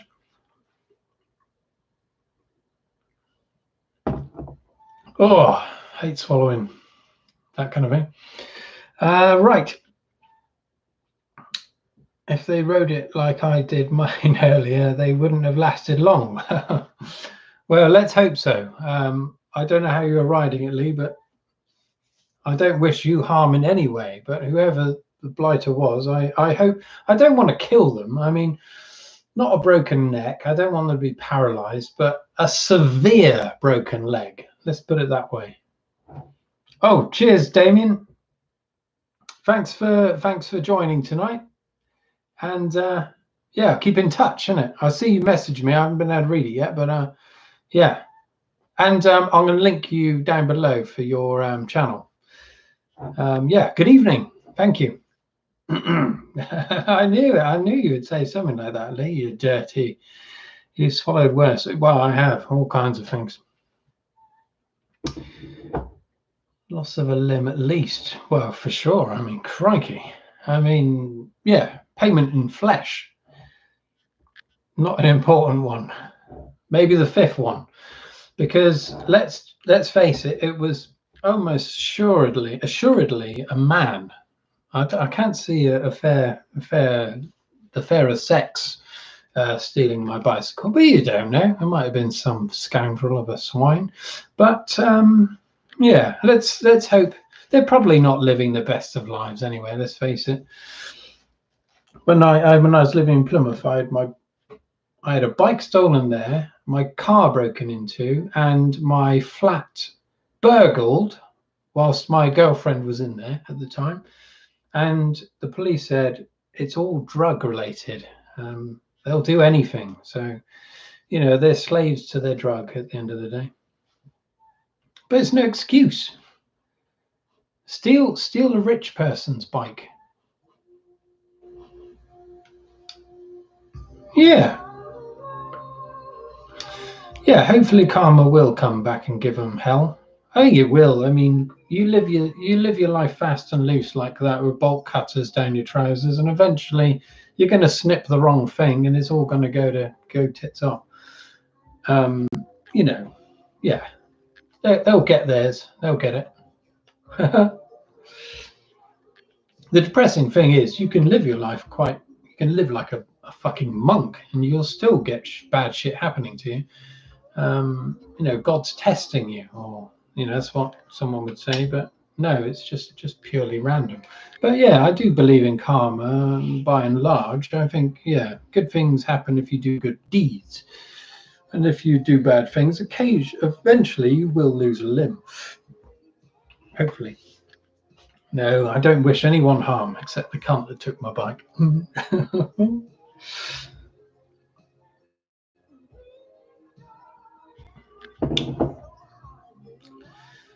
Whoa. Incidentally, yeah, sorry, I should have said. Vegan Runner is my old mate from art college. We studied together back in, crikey, 2006, did it? Something like that? 7, 8? Yeah, those 3 years. Yeah, and he's got a channel now for runners, the Vegan Persuasion. So if you're interested in that, give it a go. Even if you're not a vegan or a runner, I would definitely recommend giving it a try. Some really nice footage of Lee running through the countryside. Quite pleasant. I would gladly watch hours of that, Lee. So if you could do a video where you just run the whole way, that would be a good idea, maybe. I think people would be into that. As a relaxing kind of thing, especially for people that are partially crippled like me and they can't run anymore. Yeah. Oh, no worries. Yeah. No, it's really nice. I guess the file size on a lengthy run would be sizable though. Oh, good. Yeah. Do it. Lovely. I mean, yeah, I was saying earlier to some of the others, I like watching things that are subtle or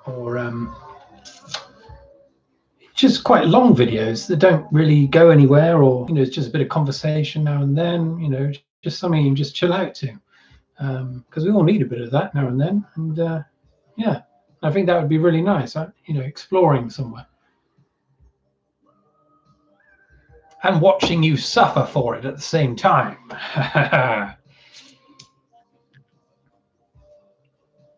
Yeah, I miss exercise, but yeah, no more. The only exercise I do now is done with one hand, if you know what I mean. Joking, I'm joking. Whew, this.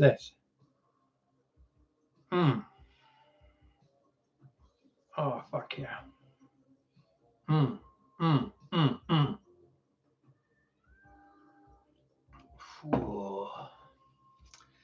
Finding longer videos get more watch time, so I think there's some truth in that. Okay, yeah, I wouldn't be surprised, to be honest. Yeah. Saying that though, I mean, mine tend to be quite long, but if you look at the average view length, it's a fraction of the length of the video.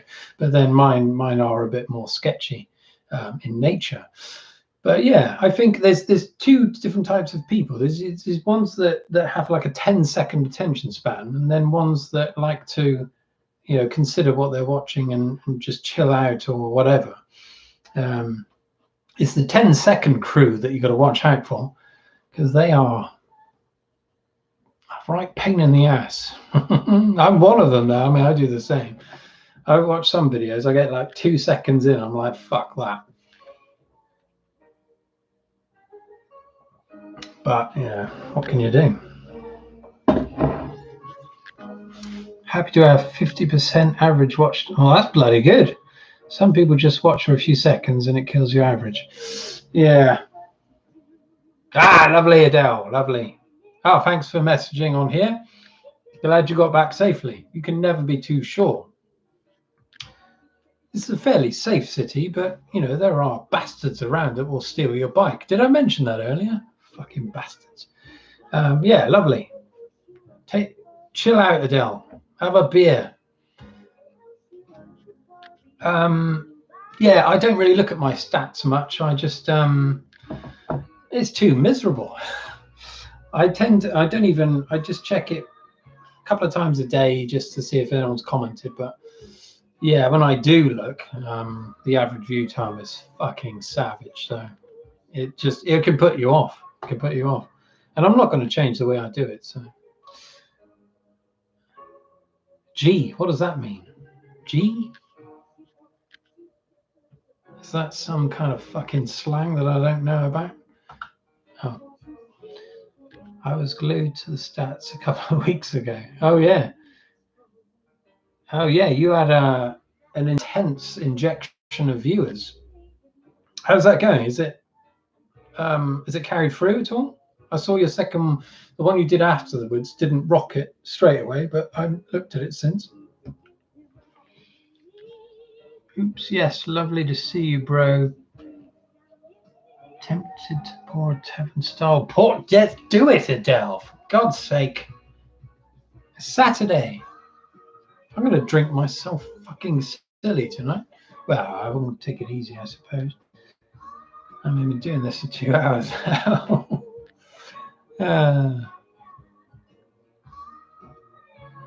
Yeah, go on, Adele. Have it. After you've had your port, cycle back up. And, yeah, you can go in the door again. I think my view count went up then.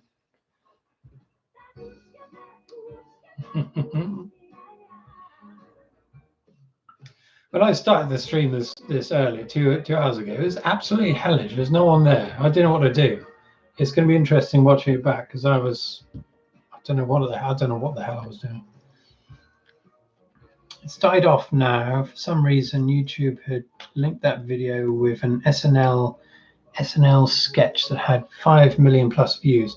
My video was chosen to autoplay. Oh, that's bloody useful.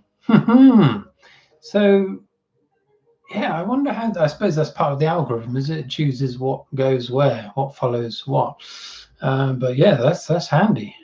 I mean, you must have benefited from it though in some way. You must have had not just views though. You must have had some extra followers off the back of that, I would imagine. Quality is undeniable. I mean, if they're gonna, if they pounce on yours, surely. But yeah, that is great having that. If only it could be influenced in some way. I suppose it is, if the way you title your videos. If you could, yeah, there's probably something in that. Don't tempt me, Frodo. Come on, Adele, back up here.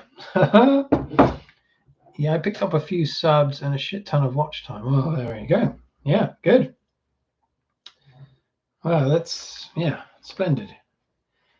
Yeah, I just I haven't had that same effect. I mean, the most views I've had is my beard time lapse video, and that's got, I don't know, 1,200 views. I think maybe something like that. But that's over a year and a half or so. Just but yeah, people are obsessed with beards. It turns out. I don't know why, especially beard time lapses. I mean, it's just something that grows. You don't have to do anything. You just don't shave. Saying that though, I've got a beard story in a minute. Well, it's not a beard story, but when my beard was really long, that's when I got a bit.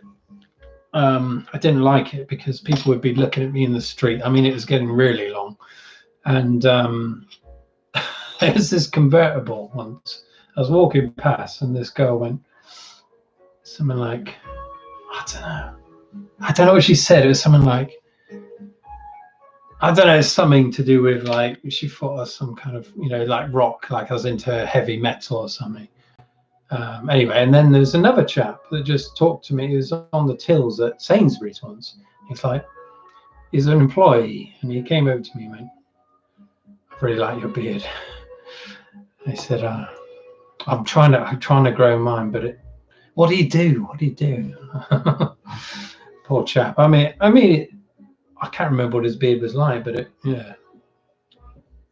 But he was like, yeah, he was creaming his pants a bit, and I thought it's a bit weird. It's easy top. It was something like that. It was like, hey, dude, or something. Something.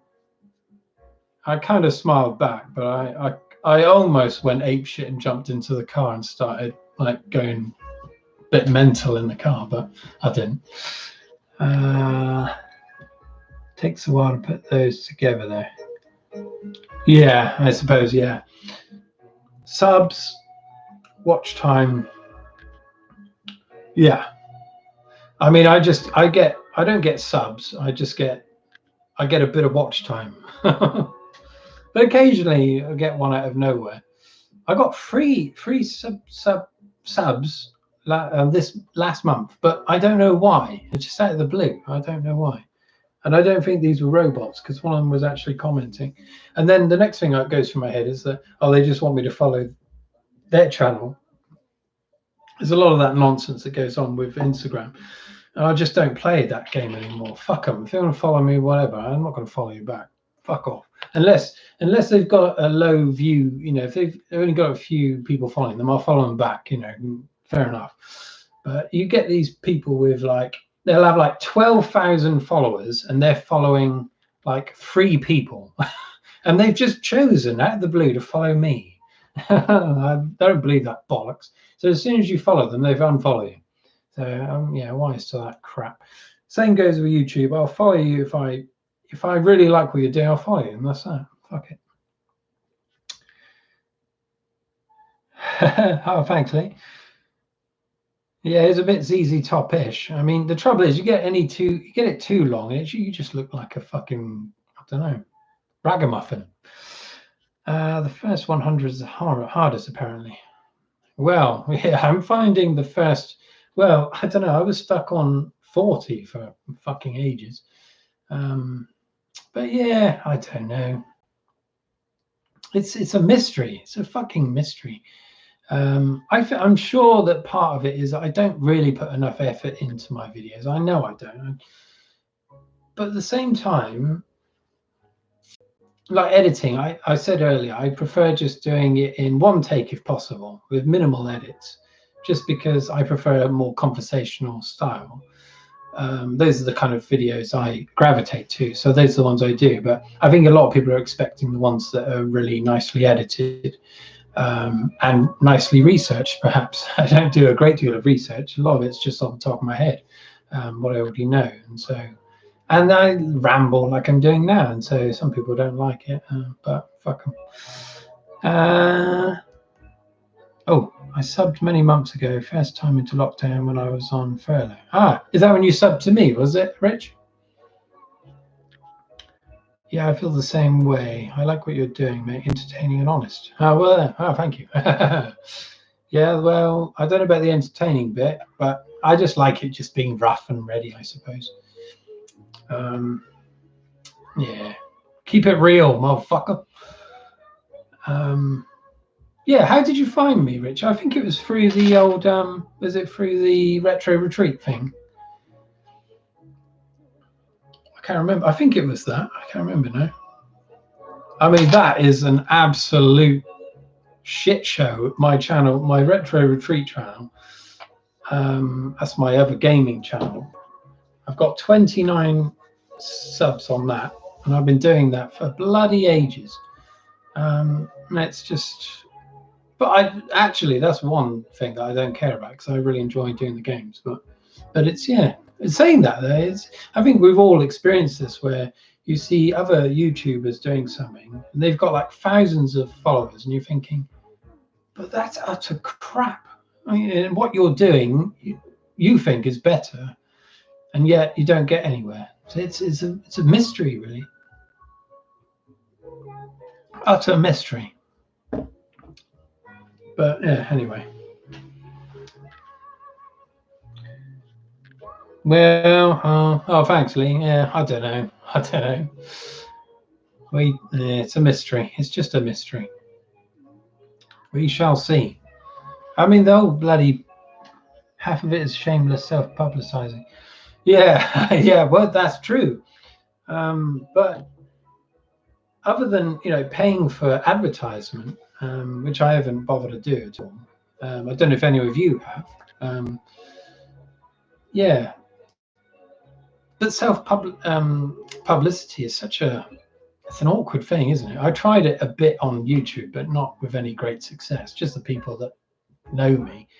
And I always got a bit of a view boost off the back of that, but no one ever bloody subscribed. But I think a lot of people just don't use YouTube, and they're not familiar with the way you use sub and things like that, I suppose. You considered it, whether it doesn't help. I can imagine that. Yeah. One thing I've noticed that paying for advertising through Amazon to push your book does fuck all.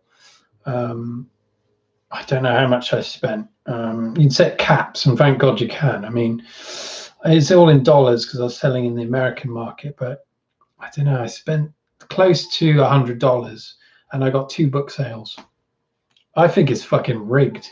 I really do. They've probably got bots fucking clicking on your things anyway.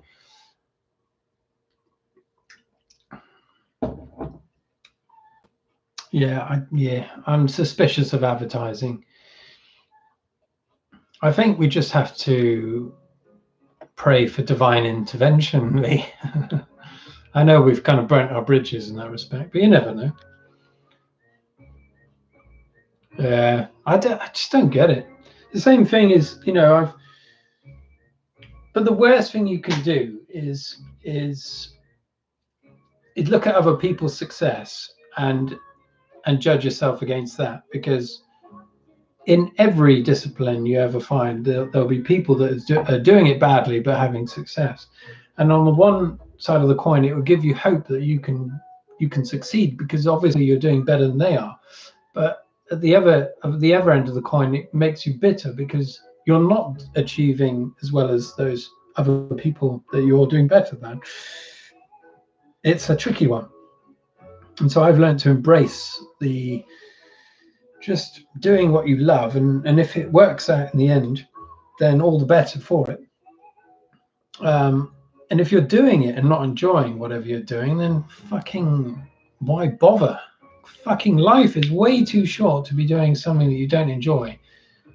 Saying that, I mean, well, my job is a bit boring. My actual paid job is a bit boring, but I do get some fulfillment from it. But yeah, anyway. Building a community. Yeah, true. Yeah, that's a good thing. Weirdly, I find I watch less YouTube now that I'm on it, which still feels weird. Oh, do you really? I still watch it a lot, a hell of a lot. Yeah, I don't know. I just watch it all the time. Yeah, I love it.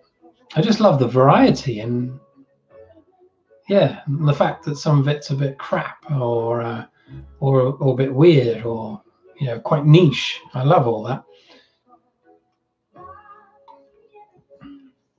Community is a good point though, because yeah, I connected with a Discord server, a chap that I met through Instagram actually.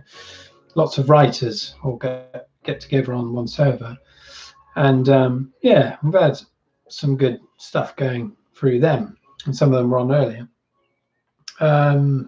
Yeah, like-minded people are good. The ones that give you, the ones where you reciprocate knowledge or ideas or whatever. The bad ones are the ones that are just using you for whatever reason. And there's a lot of people that are there to use you, so just got to be careful of that. Yeah, run foul of that.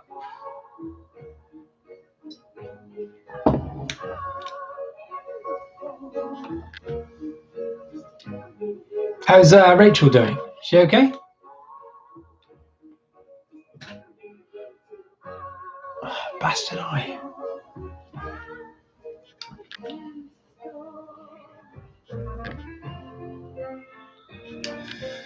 I've got 7 viewers here. Right, question. Who's watching me? Comment down below. Just say hello. I just want to know who's here. Sorry, I need to go to the toilet.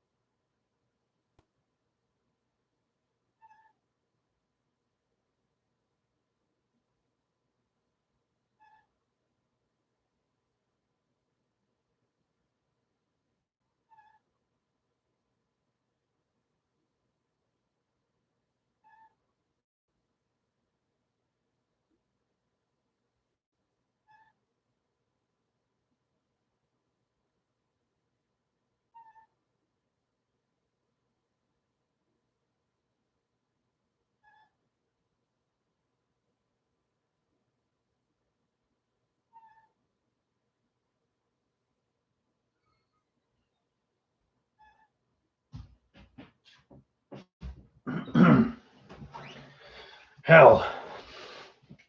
Look at all those hellos. Okay, currently asleep, watching a film. Yes, I know that technique. Hello.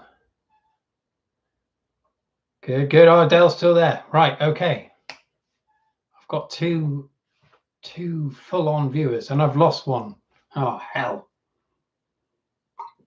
I'll tell you what's wrong. We're not playing the right bush. What have we got here? Let's put a different song on. Got to be careful because you run the risk of upsetting the copyright thing. Oh, I like this one. Where is it? Here we are. Ah, good. You're still there. Good. Oh, yes. Good, good, good. Okay. So these are my main posse. That's good to know. 1, 2, 3, 4. Okay, I've got two sleepers. Oh, got a new one. No, look at that. Right, I got a new one then. They lasted 1 second and then fucked off again. I mean, that's the thing. If I popped onto a channel and saw this, I'd be like, fuck that. Okay. Going into a bit of synth wave now.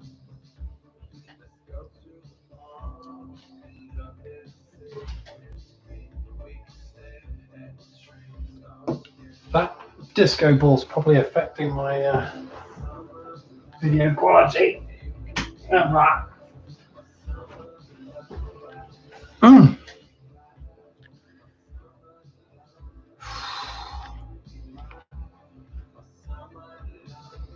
This Alice band is a right bastard, I tell you. It's not quite long enough to put into a ponytail. A proper one. I've got a little ponytail, yeah, look at that. But yeah, a bit longer and I can do it.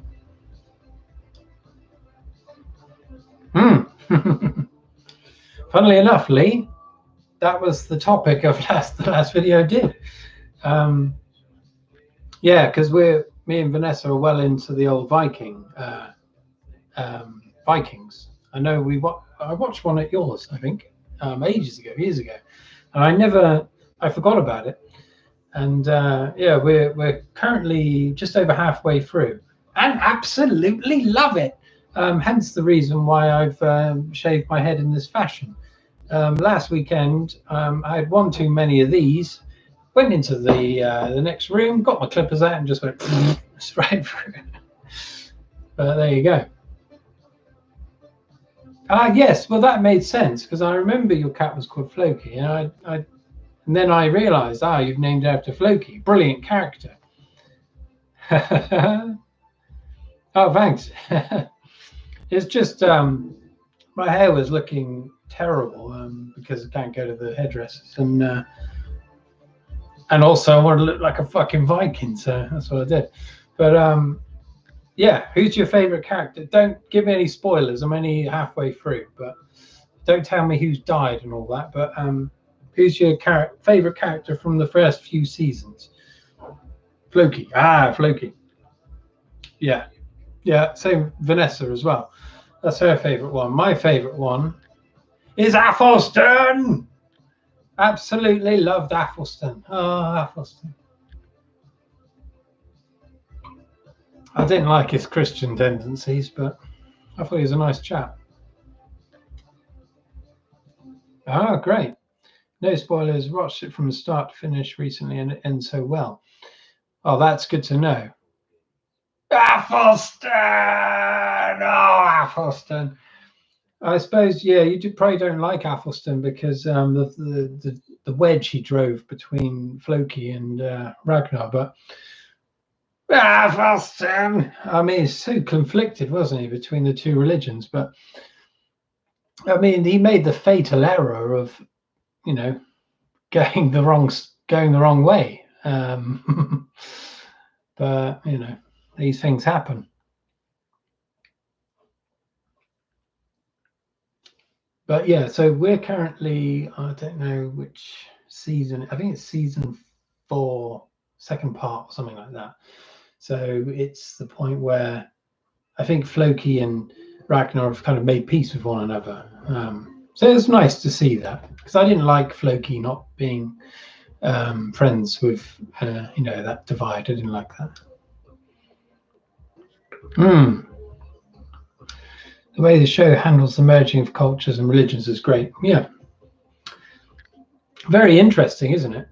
Because really, that was the death knell of their religion, wasn't it? Really, the intrusion of Christianity and the popularity of it. But Athelstan was very susceptible, shall we say? I mean, Christ, how many visions did he have of fucking stigmata and even the gods of Valhalla and everything? He was very susceptible, poor chap. But there we are. Have you seen the film that is fairly recent? The what was it called? Midsummer. That horror set in Scandinavia about a kind of pagan cult. That was I quite liked that, actually. Reminded me of the Vikings sacrificing.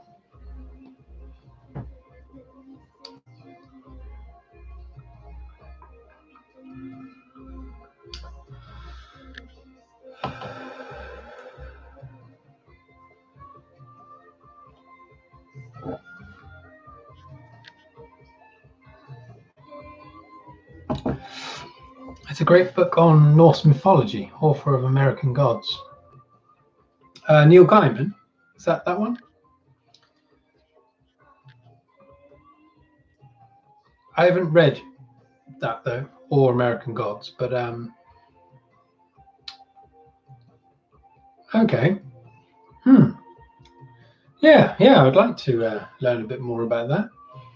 Yeah, I think. Okay. Yeah, I've read a couple of Neil Gaiman's work. Very, very good writer. Yeah. Okay. I'll check that out. Yeah.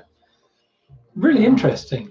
Yeah. If I was to believe in a god, I probably would have rather believed in the Norse ones. A bit more interesting, isn't it, than the alternative?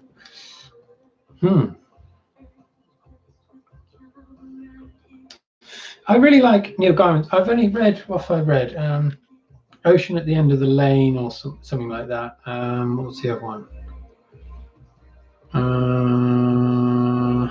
There's another one of Neverwhere or something like that. Yeah, nice writing, but I'm not keen on him as a person. And that's a kind of a broad, sweeping statement to make about someone I don't even know. I've seen him in interviews, and he's slightly pretentious, but as a am I being horrible? I don't know, but I like his writing. My historian friend told me he was a load of shit, though. A lot of the Norse mythology comes from Christian monks. Oh, it was a load of shit. Hey, what do you mean, Lee? My historian friend told me it was a load of shit. Okay, yeah, I don't know. Oh, that's a nice song. This Woman's Work by Kate Bush. Well, that's quite right, yeah. Who knows what the Vikings truly believed? Indeed, yeah. We don't know. They didn't have recorded history, did they? I know they had, runes, but I suppose a certain amount could have been recorded in their poems and things like that, I suppose. I don't know. I don't know much about Vikings at all.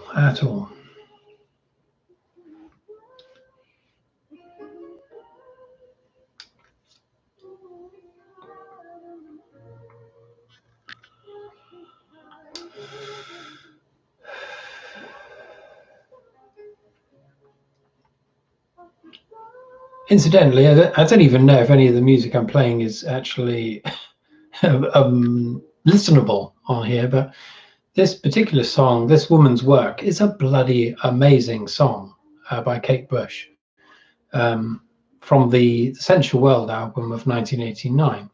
It's the video is made me cry when I watched it. Check it out. This Woman's Work, the video. Ooh. Saying that, I'll cry at anything. As in the history of the Vikings, were written by Christian scholars. Oh, I see. Oh, good. Yeah, good. Okay. Yeah, so how reliable a source is that? So was there no record of their own kept? Because, I mean, only... yeah, Lee, yeah. Great Bush, and just click images, and yeah, you'll probably find it through that. But powerful video. Oh, it's got the chap from Blackadder in it, funnily enough. Who is it? Oh, who's he called? The one in Blackadder 2, he's the kind of fop. I don't know Blackadder. I don't know. But that put me off slightly when I saw he was in the video, but it still broke me. Still broke my fucking heart. Oh.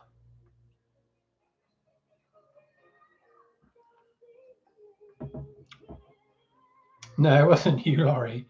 So Blackadder 2, there's the one that had the big ruff. Was it him? And a wig, that chap. Yeah, he's a bit dim.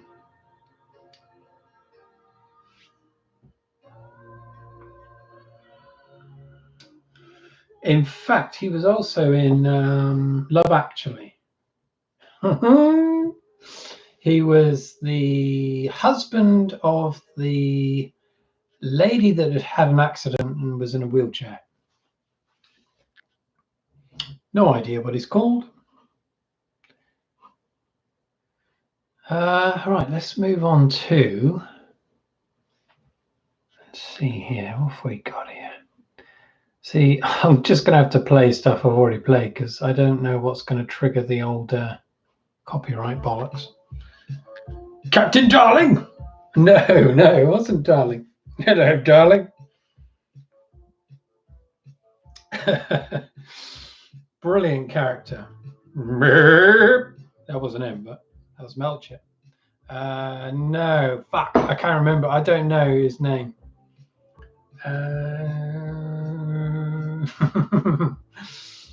Hello, darling. Good morning, darling. I wish I had a better memory for quotes because I'd be nailing it now.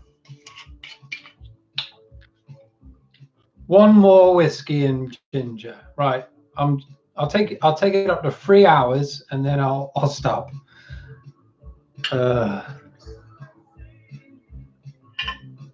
In you go. File stuff.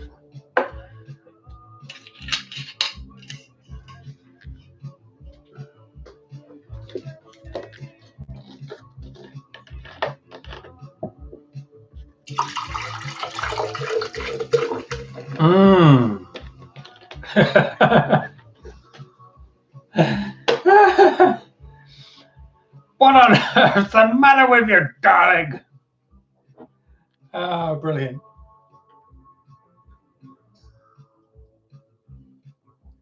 Nonsense. Blackadder's the same as me.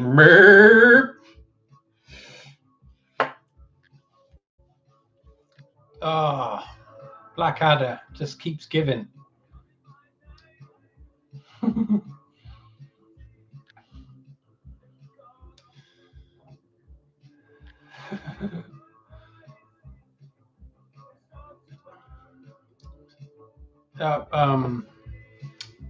Melchett was such a brilliant character.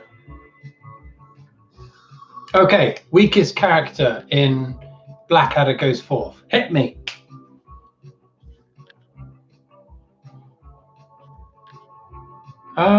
Which one's that? Which sketch is that? I remember at school they used to play a clip from Blackadder Goes Forth about when they go over the trenches at the end. I like Rick Mayo's character. Yeah, fucking right. Woof, woof. In you go, vile stuff.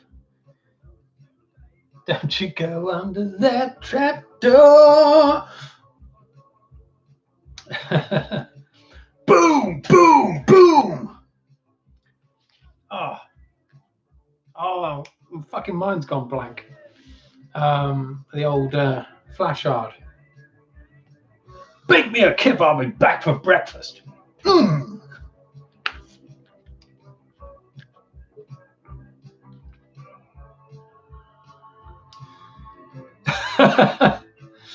Is that a quote from that? Is that a canoe in your pants, or are you just happy to see me? Woof, woof.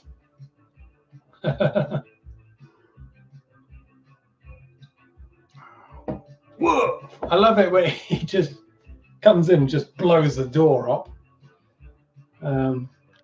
Fucking brilliant.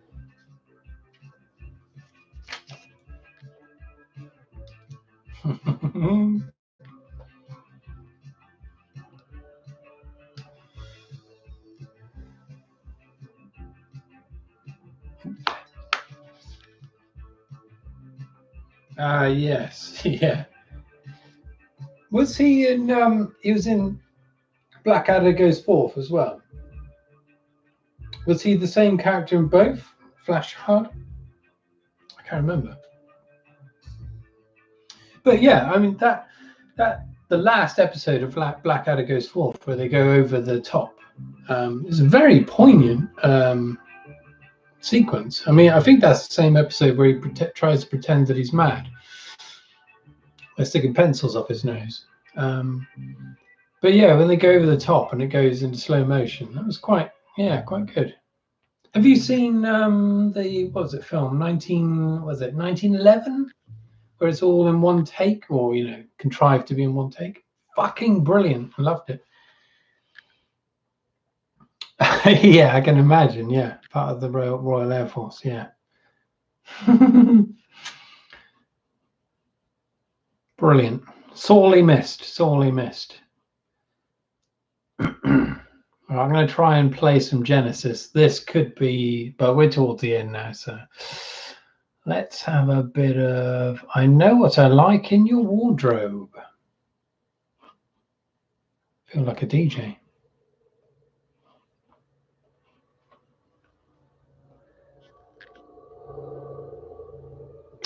Okay. Yeah, apparently, well, it's supposed to be all in one take. Obviously, it's not. There's trickery being used to give the impression it's one take, but all of the main sequences were done in one take, and then it was spliced together. But yeah, I think it's supposed to be all in one day. Yeah, very, very good. So Sam Mendes? No, is that the director? I don't know. Or is that a pop singer?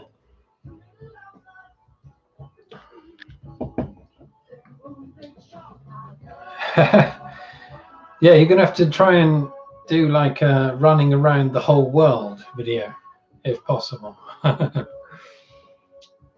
was very clever how they did it. I mean, the way something goes, the cuts are masked, but it's very, very clever. Very, yeah. I saw a documentary on the making of it, and the amount of planning that went into it was incredible. So the bit sequence where he's running through like the blasted ruins of a town, they made like a scale model to work out where the shadows of the ruins would fall when like the flares were going across, so the direction that the shadows would move across the screen. Incredible planning, really amazing. And that bit where he's running and there's like explosions going off, so good. Yeah. But I think it was, if it's Sam Mendes, I might be wrong with the name, but I think it was his grandfather or his grandfather's story. So it's based on something that actually happened. Something I'm sure they embellished it because I can't imagine it was that intense. But well, you never know. But yeah, there's another director that used to do that. These long takes. I want to say Tchaikovsky, I think it's called. He directed the film Stalker, that was based on the science fiction book Roadside Picnic. He used to do these really elaborate one-take things. Really crazy, you know, just things that could go wrong at any moment. But yeah, I think you've got to be that kind of person to get involved in that kind of nonsense. It's another level of OCD.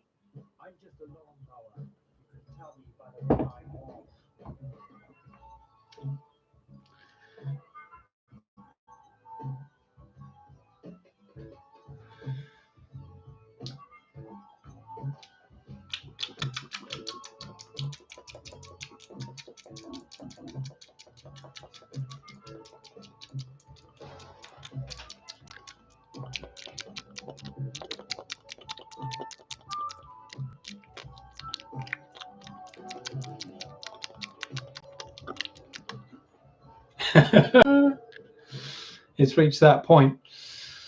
Whew. We're approaching the crazy hour of 3 hours in. Oh my god, I'm gonna pay for this tomorrow.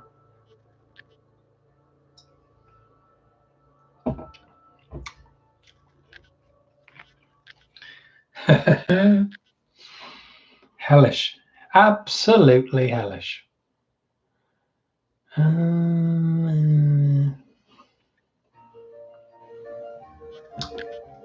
Did you hear about that bomb that was detonated? I've been talking about this all night, but did you hear about that in yeah, the World War II bomb that was detonated in the Exeter University today?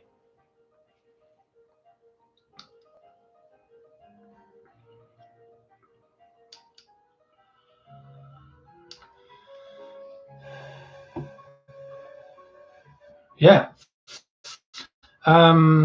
So my sister Maria, she works there at the university. She's telling us about it. They said they were going to do this forced explosion of it at 5 o'clock, but it didn't happen then. It went off at about 6:10. Yeah, they blew the fucker up at about 6:10. Massive explosion. I just thought they had done it and nothing had happened, but yeah, it went off all right. It was like a massive clap of thunder because we're not that far from the university. And there's video on YouTube. You can actually see the detonation. It was a bloody big bang.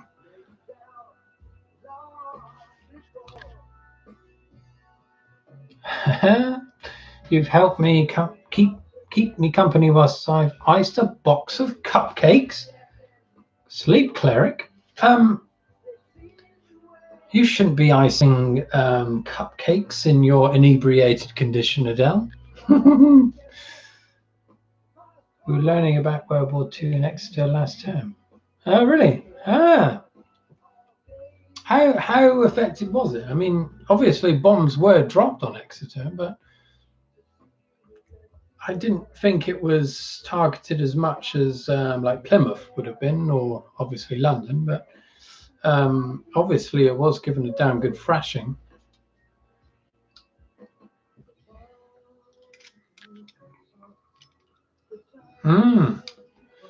Okay. What was the reason behind targeting Exeter? Was it were they following the river or?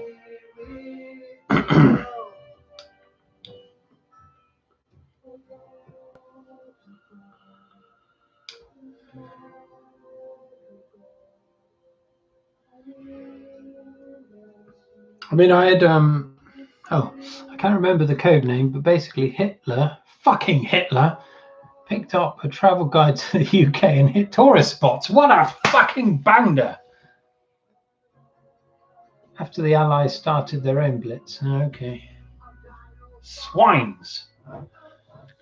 Well, it's funny because, well, interesting because when I was doing the ambulance car work a few years ago, I was driving a lot of patients for cancer treatment or dialysis, and there were lots of old war veterans I used to drive, and they had some amazing stories. So one chap I used to drive, he was 92, I think. There's no way he's still alive now, poor chap.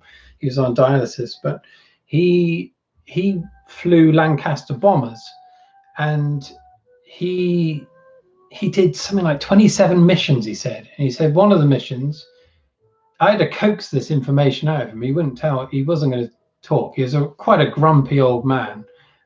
People didn't get on with him, but I managed to get it out of him eventually. And one of the missions he flew, he was shot down over France, and the resistance, French resistance, helped him get back to Britain. He got straight back in and started flying again. Absolute hero.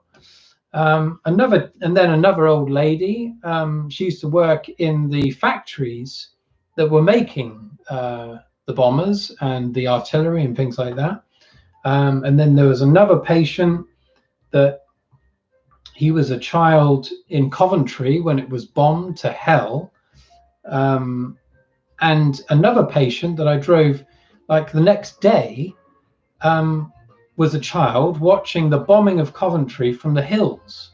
It was amazing to have these two people that had survived that bombing and to be in my car like 2 days apart. They didn't even know each other.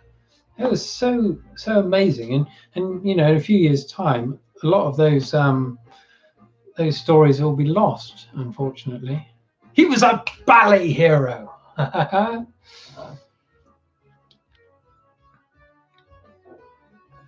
Hey, doing your sleep port helps. Well, that's okay. That's okay, Adele. They still look amazing, so you're doing it right. Oh, I know. You can't imagine it. But yeah, Coventry was totally nailed, wasn't it? But yeah, the idea that there's one child in that and survived it, another one was watching it happening, and then what, 70 odd years later, they're talking to me separately. That was so amazing.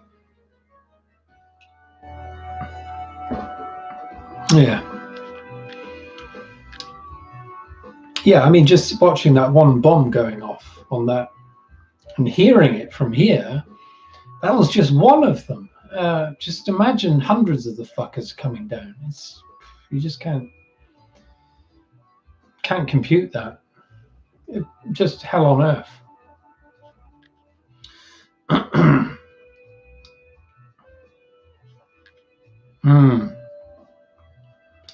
Okay. Yeah, so, sorry, UK cities of historic interest were targeted just to wreck morale. Yeah, dastardly ploy, but yeah, I heard about that as well. No, it weren't strategic, no. Yeah, and yet other places weren't touched because Hitler wanted to keep them for when he was, you know, lording it over Britain. I don't think Bath was very affected. It may have been, I don't know. But Buckingham Palace was spared for that same reason. I think he wanted that for himself. I was going to say something and I've bloody well forgotten it. Yeah, so when they bombed Coventry to hell, that's when the Allies retaliated at Dresden, was it? And they firebombed it. I think that's my meager knowledge. I don't even know if that's right. I think that was from a book. Which book was that? Can't remember. Yeah. Oh, okay. I learned my history from science fiction books. What was it? There was author that wrote Fahrenheit. Okay. Yeah. Fucking hellish.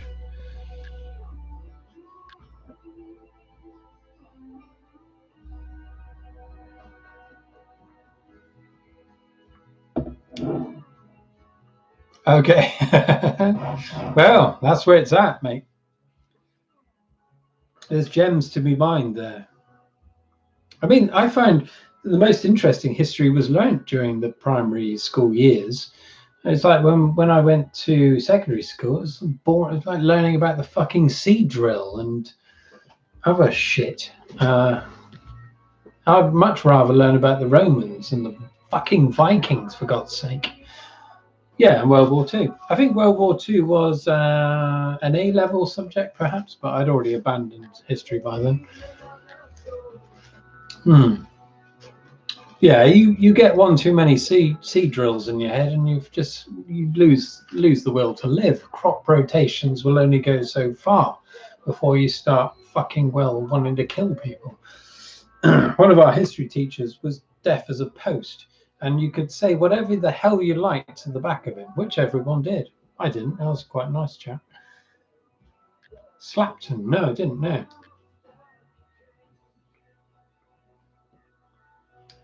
Slapton. That sounds familiar. Slapton Sands? South Devon? No? I don't know. So I'm just multitasking here. It's all going on.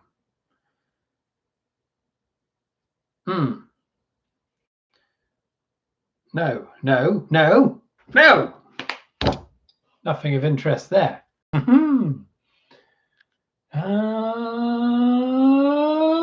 Cinema show. Good. Oh, love a bit of early Genesis.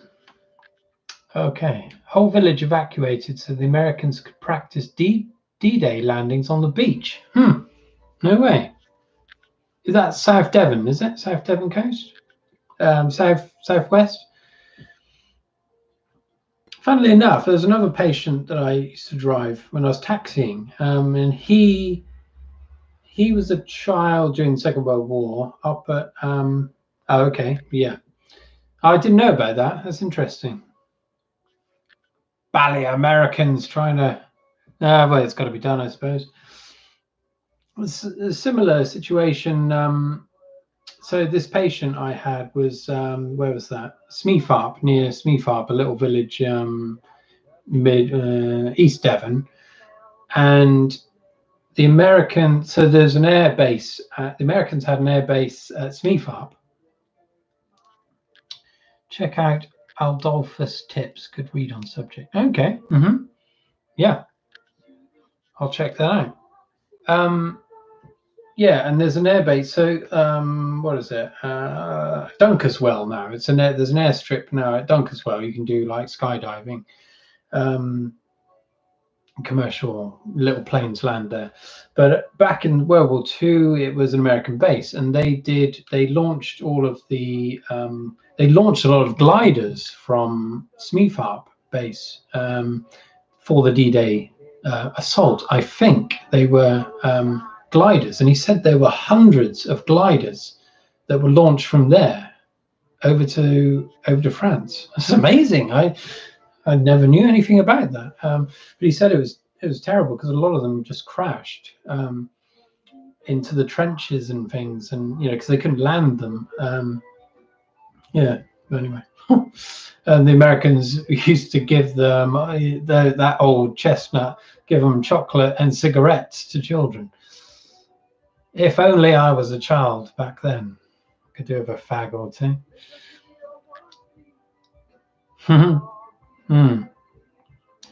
A dear old chap he was. He was called Clive. Unfortunately, he died the last year I was taxiing. Yeah, bloody shame. Could see him declining, and then just one day, he told me he'd gone. But really nice chap. And all those memories that he had have gone. But they live on, obviously, in his children, grandchildren, and me. Yeah, that's right. They'd often give chocolate to the younger brother or sister or the girl they liked. Indeed, a lot of that going on. I think Clive used to talk about that, about the girls. A lot of jealousy with the local lads because of that. Yeah, chocolate's all right. Fags. But then I suppose back then, cigarettes were quite healthy things. You still puff on the old cigar now and then? I've totally cut out tobacco now. No more tobacco. No more at all. Only on special occasions. And I'll have a cheeky cigar and a few follow-up cigarettes, but I just can't stand smoking anymore. This is better, but it'll probably still kill me. Oh, haven't you? Oh, you're well into it. Back along. I do like one occasionally. Just the smell of it. It's lovely. Uh-huh. Mm-hmm. Mm-hmm. They're going to be dry as a bone now. But yeah, running and smoking probably aren't the best combination. Yeah. Lung capacity isn't something I really worry about anymore, but yeah, I wouldn't if I were you either. I mean, the last cigar I smoked. So every time I release a new book, I treat myself to a cigar. So just before Christmas, my second book came out. I had my cigar. I fucking loved it, but the next morning I felt like shit, and I accidentally inhaled it as well. And you know, when you're smoking, when you're vaping all the time, you get so used to inhaling on every puff. I inhaled just one lungful of cigar smoke, and it was like fucking acid. Running a sub 20 minute 5K and smoking. I don't know, Lee. I think you should persevere. I think you could maybe start up a new channel. Let's call it cigar smoking runners. Yeah, something like that. And so as you're running, you're smoking a cigar. I still remember before the smoking ban in the UK, that is a new niche and it's fucking ripe for plundering. Go for it. If you don't, I will. Mine's going to be invalid running, vaping, and fucking dying halfway through. Yeah. I still remember before the smoking ban, my brother Mitch, we were at this fucking, what is it? Is it the Key Club in Plymouth? You remember that one? And fuck, the dance floor, Mitch was up there smoking a cigar in the middle of the dance floor. Fucking great cloud. And all these people dancing around the cloud. Oh man, I laughed so hard. It fucking stank. I mean, that was the thing, you know, before the smoking ban, you could smoke anything in there within reason. And yeah, Mitch lit up a fucking great cigar and was blazing that shit, motherfucker. How many beers have you had, Lee? Christ! Yeah, you were there, Maria. Yeah. Oh, it was fucking brilliant. So good. Mitch is a fucking nightmare sometimes, in a good way. Oh, missing Mitch. Haven't seen Mitch, haven't touched tips with Mitch in bloody how long? Well, anyone, any of my dear brothers. The last time we all crossed swords was, when was it? Christ, barbecue. In the summer? Yeah. Wasn't that the Tunnel Club place? Yes, it was actually, yeah. I've totally lost track. Yeah, it was like a tunnel, wasn't it? Yeah. Oh, Jazz Cafe? The Jazz Cafe. Yeah. Mitch was clouding the shit up, motherfucker.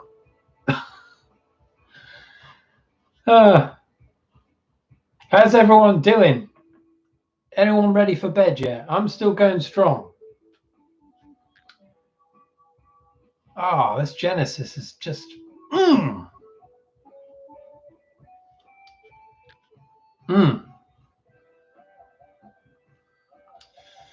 Yeah, I quite like the Jazz Cafe. I guess it's not there anymore. I don't know. I also remember before the smoking ban in the student union, it used to condensate in the ceiling and drip brown water. Yeah. I remember that in places. Gonna have to pop off, Jim Bob, lacking like a bitch. Okay, Maria. Yeah, good night. Thanks for watching. I'm gonna go until the early hours. No, I'm just gonna do it a little bit longer. No, don't worry. You can watch it tomorrow at the end, whatever happens, when I properly kill myself. No, I won't. Yeah.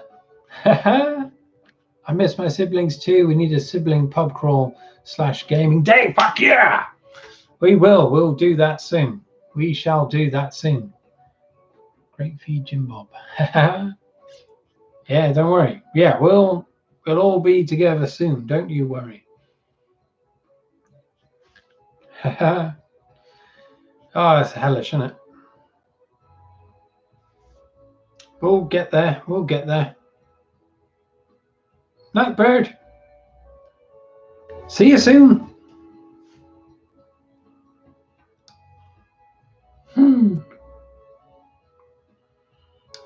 Sorry, I need another slash. Don't worry. If you want to leave, don't worry.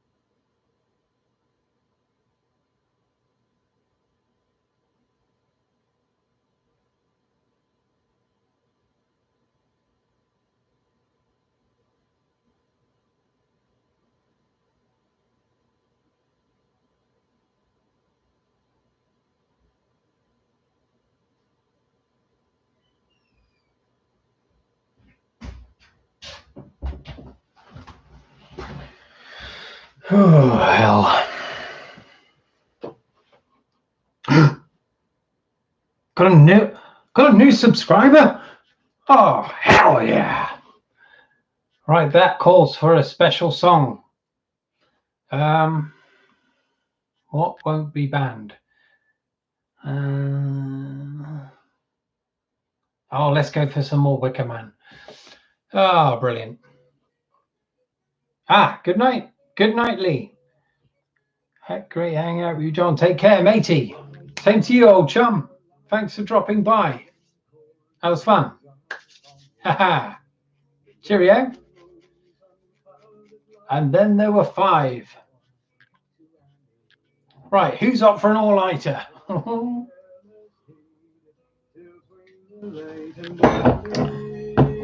New subscriber?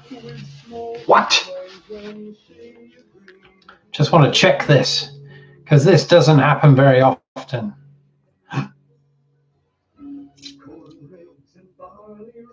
Who is it? Who is it? Doesn't always tell you. Doesn't tell me.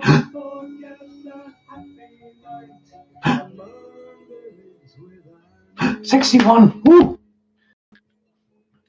And then we're 4 left. Right. Probably end this soon. If people want to go, that's fine.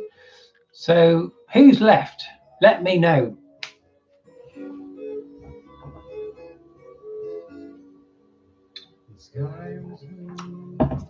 So now we've got the old Primrose. Hey, I thought she'd gone. Oh yeah, she has gone. Okay, she's gone, and Lee's gone. Del, you still there? I have to stop it. Oh, fuck it, I'll just leave it and just see what happens.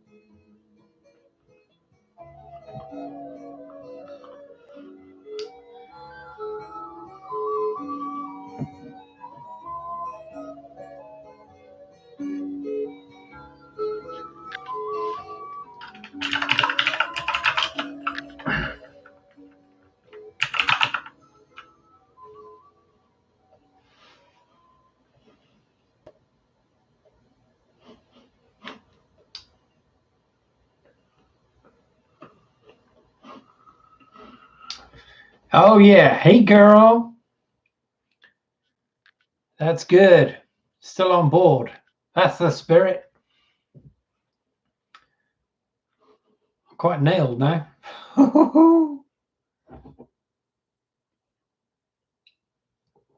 Hell. I've lost count of how many drinks I've had.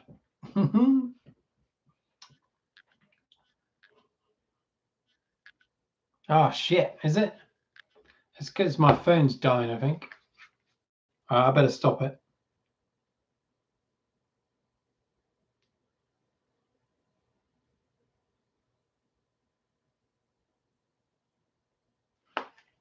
Is it still lagging, Adele?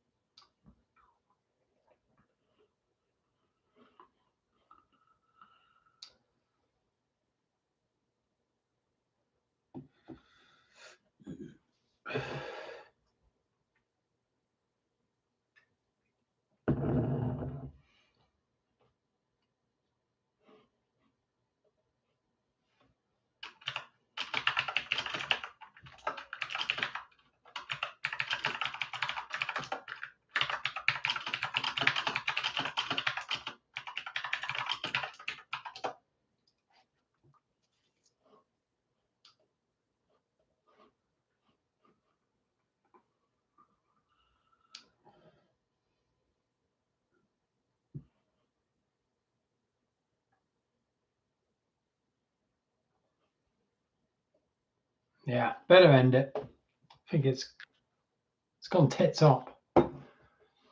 Just quickly do a speed test. I think my upload speed's shagged.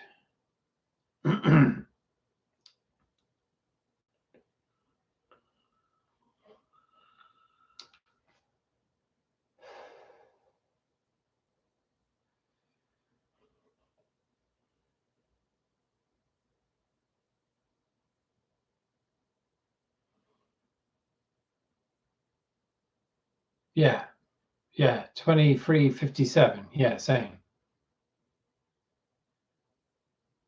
My upload's not bad. Yeah, it might be a bit of a delay. What's the quality like? Is it still okay? If it's not, I'll just stop it.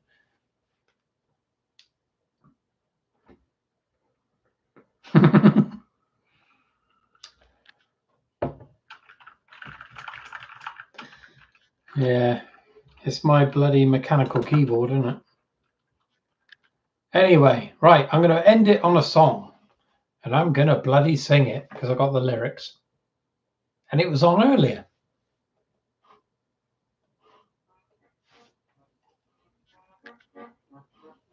Which has been said of the strumpets of yore, of wenches and nobody else greens by the store. But I sing of the baggage that we all adore, the landlord's daughter. Her little is a treat. What? Neat. And while she is serving her bitter, that's wrong. The landlord's daughter. Right, fuck that. Brilliant. Although she's not the kind of girl to take home from your mother.